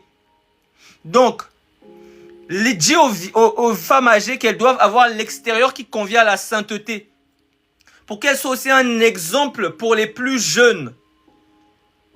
Parce qu'il y a des femmes âgées qui s'habillent n'importe comment. Elles ont 50 ans, elles ont 60 ans, elles ont 70 ans. Elles sont là, elles montent leur poitrine. Elles sont là toujours avec plein de faux cheveux, plein de bijoux, plein... Donc, elles ne montrent pas, elles n'ont pas un extérieur qui convient à la sainteté. Ça met des choses serrées, etc. Tu dois montrer aux jeunes comment ils doivent se vêtir. Regarde comment les jeunes se vêtissent là. Regarde comment ils s'habillent. Tu dois leur montrer comment s'habiller dans la sainteté, dans la piété. C'est pas moi. C'est pas moi. Donc, ils ont l'apparence de la piété. C'est une bonne chose. mais ils renient ceux qui ont fait la force. Donc, ils ne mettent pas la parole en pratique. Donc, avoir l'extérieur qui convient à la piété, à la sainteté, c'est une bonne chose.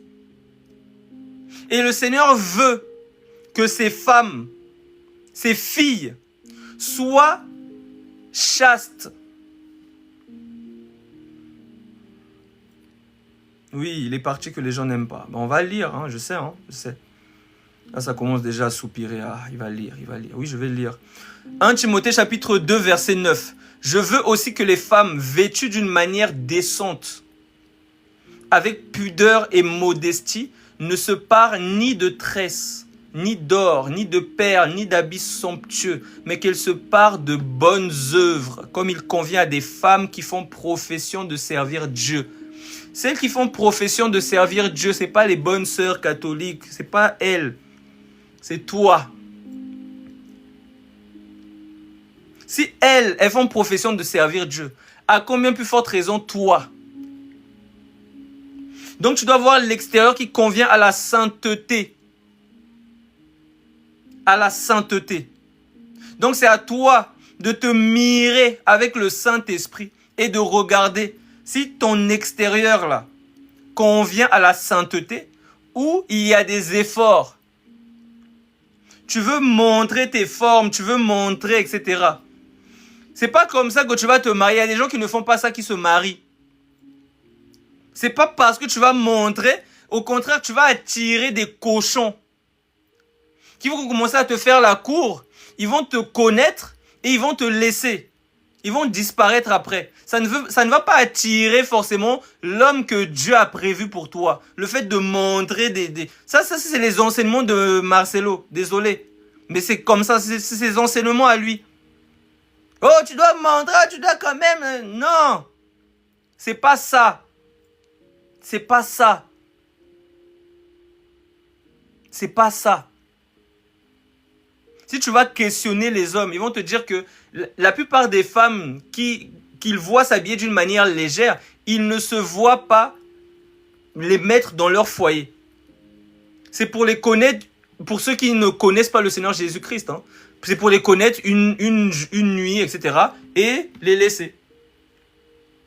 Il ne se voit pas fonder un foyer avec une femme qui s'habille d'une manière dévergondée. Donc ce n'est pas parce que tu vas montrer, mettre ta poitrine, cela, c'est pas ça qui va attirer l'homme. Au contraire, ça va attirer des chacals. C'est pas des hommes, c'est des chacals.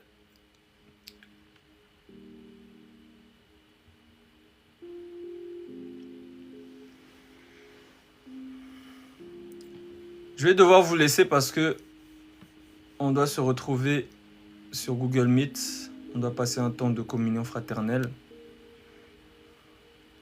Mais en tout cas, que ceux qui ont des oreilles pour entendre, qu'ils entendent. Et que le Seigneur soit béni. Ne vous bornez pas seulement à écouter la parole, mais à la mettre en pratique. On doit s'exercer à la piété. Tous les jours de nos vies, on doit s'exercer. On doit s'exercer à mettre la parole en pratique.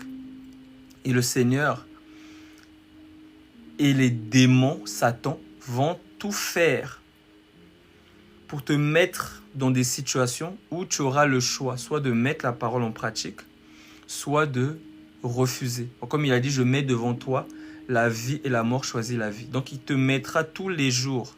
Tu auras des situations où tu devras choisir de mettre la parole en pratique, de ne pas la mettre en pratique, de pardonner ou de ne pas pardonner, de vivre dans l'impudicité ou de ne pas vivre dans l'impudicité, de résister ou de ne pas résister. Comme dit l'Écriture, vous n'avez pas encore combattu contre le péché en résistant jusqu'au sang. Je termine avec cette Écriture-là.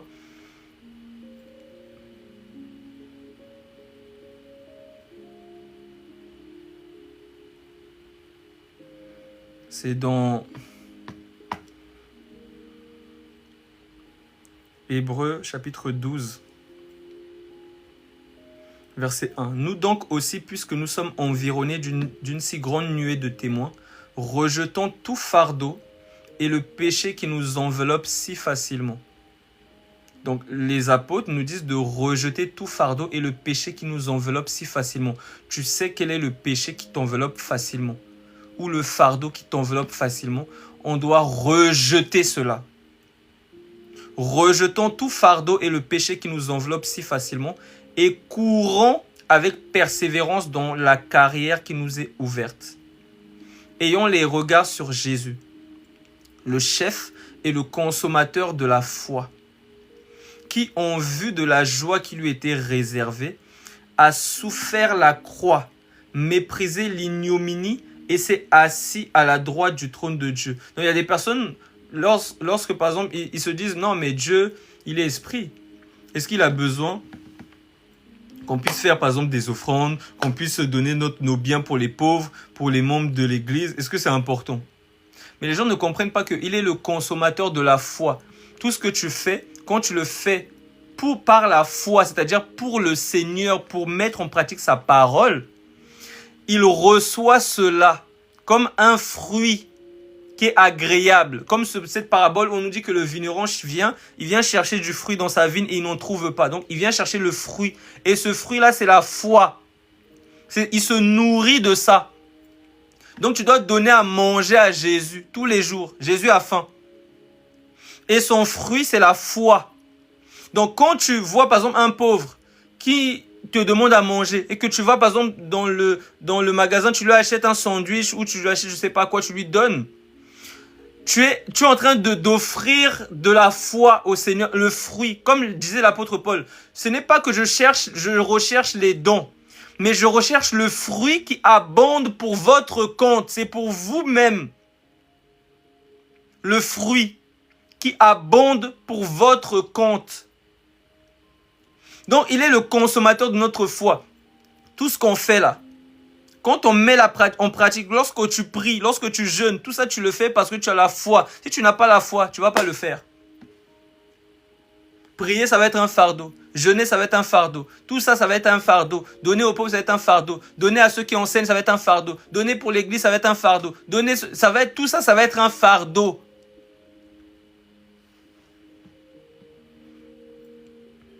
Considérez en effet celui qui a supporté contre sa personne une telle opposition de la part des pécheurs, afin que vous ne vous lassiez point, l'âme découragée.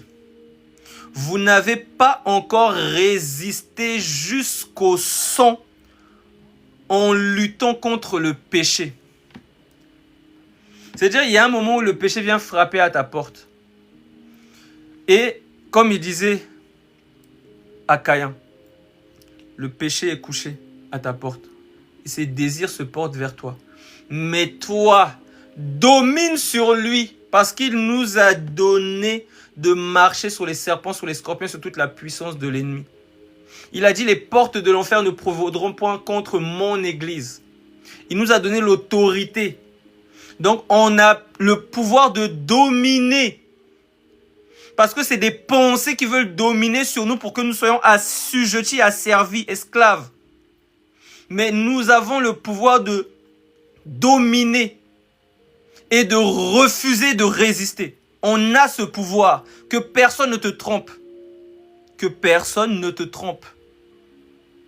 On a ce pouvoir.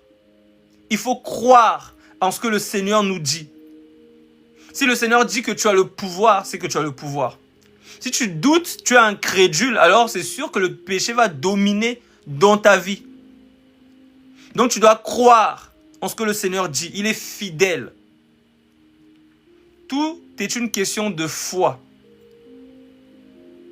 Vous n'avez pas encore résisté jusqu'au sang en combattant contre le péché. Parce que le péché, c'est une pensée. Mais les pensées de Dieu ne sont pas tes pensées. Arrière de moi, Satan. Car tes pensées ne sont pas les pensées de Dieu, mais celles des hommes. Donc Satan, il a une pensée qu'il envoie.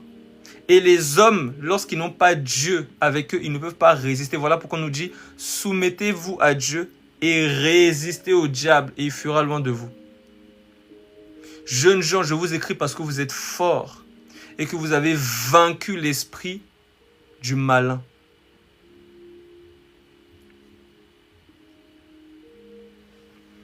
Sur ce, que le Seigneur vous bénisse.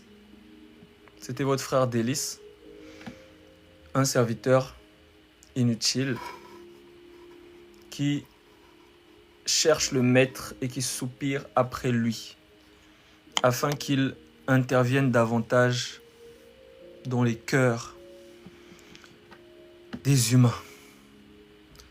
Sur ce, je vous dis shalom, et pour ceux qui sont avec nous, donc comme je dis souvent, ceux qui n'ont pas d'assemblée, qui n'hésitent pas à m'envoyer un message afin de nous rejoindre pour marcher d'un même pas, tout simplement en essayant tous de mettre la parole du Seigneur en pratique tous les jours de nos vies. Et l'Église a une organisation. Donc, c'est ça, tout simplement. Donc, ceux qui n'ont pas d'assemblée, n'hésitez pas. Et ceux qui ont une assemblée, persévérez où vous êtes. Et sondez, tout simplement pour savoir si vous êtes dans une assemblée du Seigneur ou si vous n'êtes pas dans une assemblée du Seigneur. Car il y a des fausses assemblées, il y a aussi des vraies assemblées.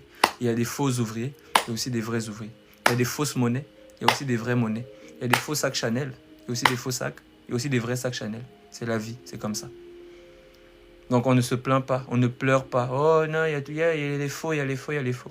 Il y a les faux, il y a aussi les vrais. S'il n'y a pas de vrai, c'est parce que tu as la haine, tu es jaloux. C'est tout. Donc voilà, en tout cas, que le Seigneur vous bénisse et on se dit à la prochaine. Et pour les autres, on se retrouve en Meet tout de suite. Je vais envoyer le lien. Shalom à tous.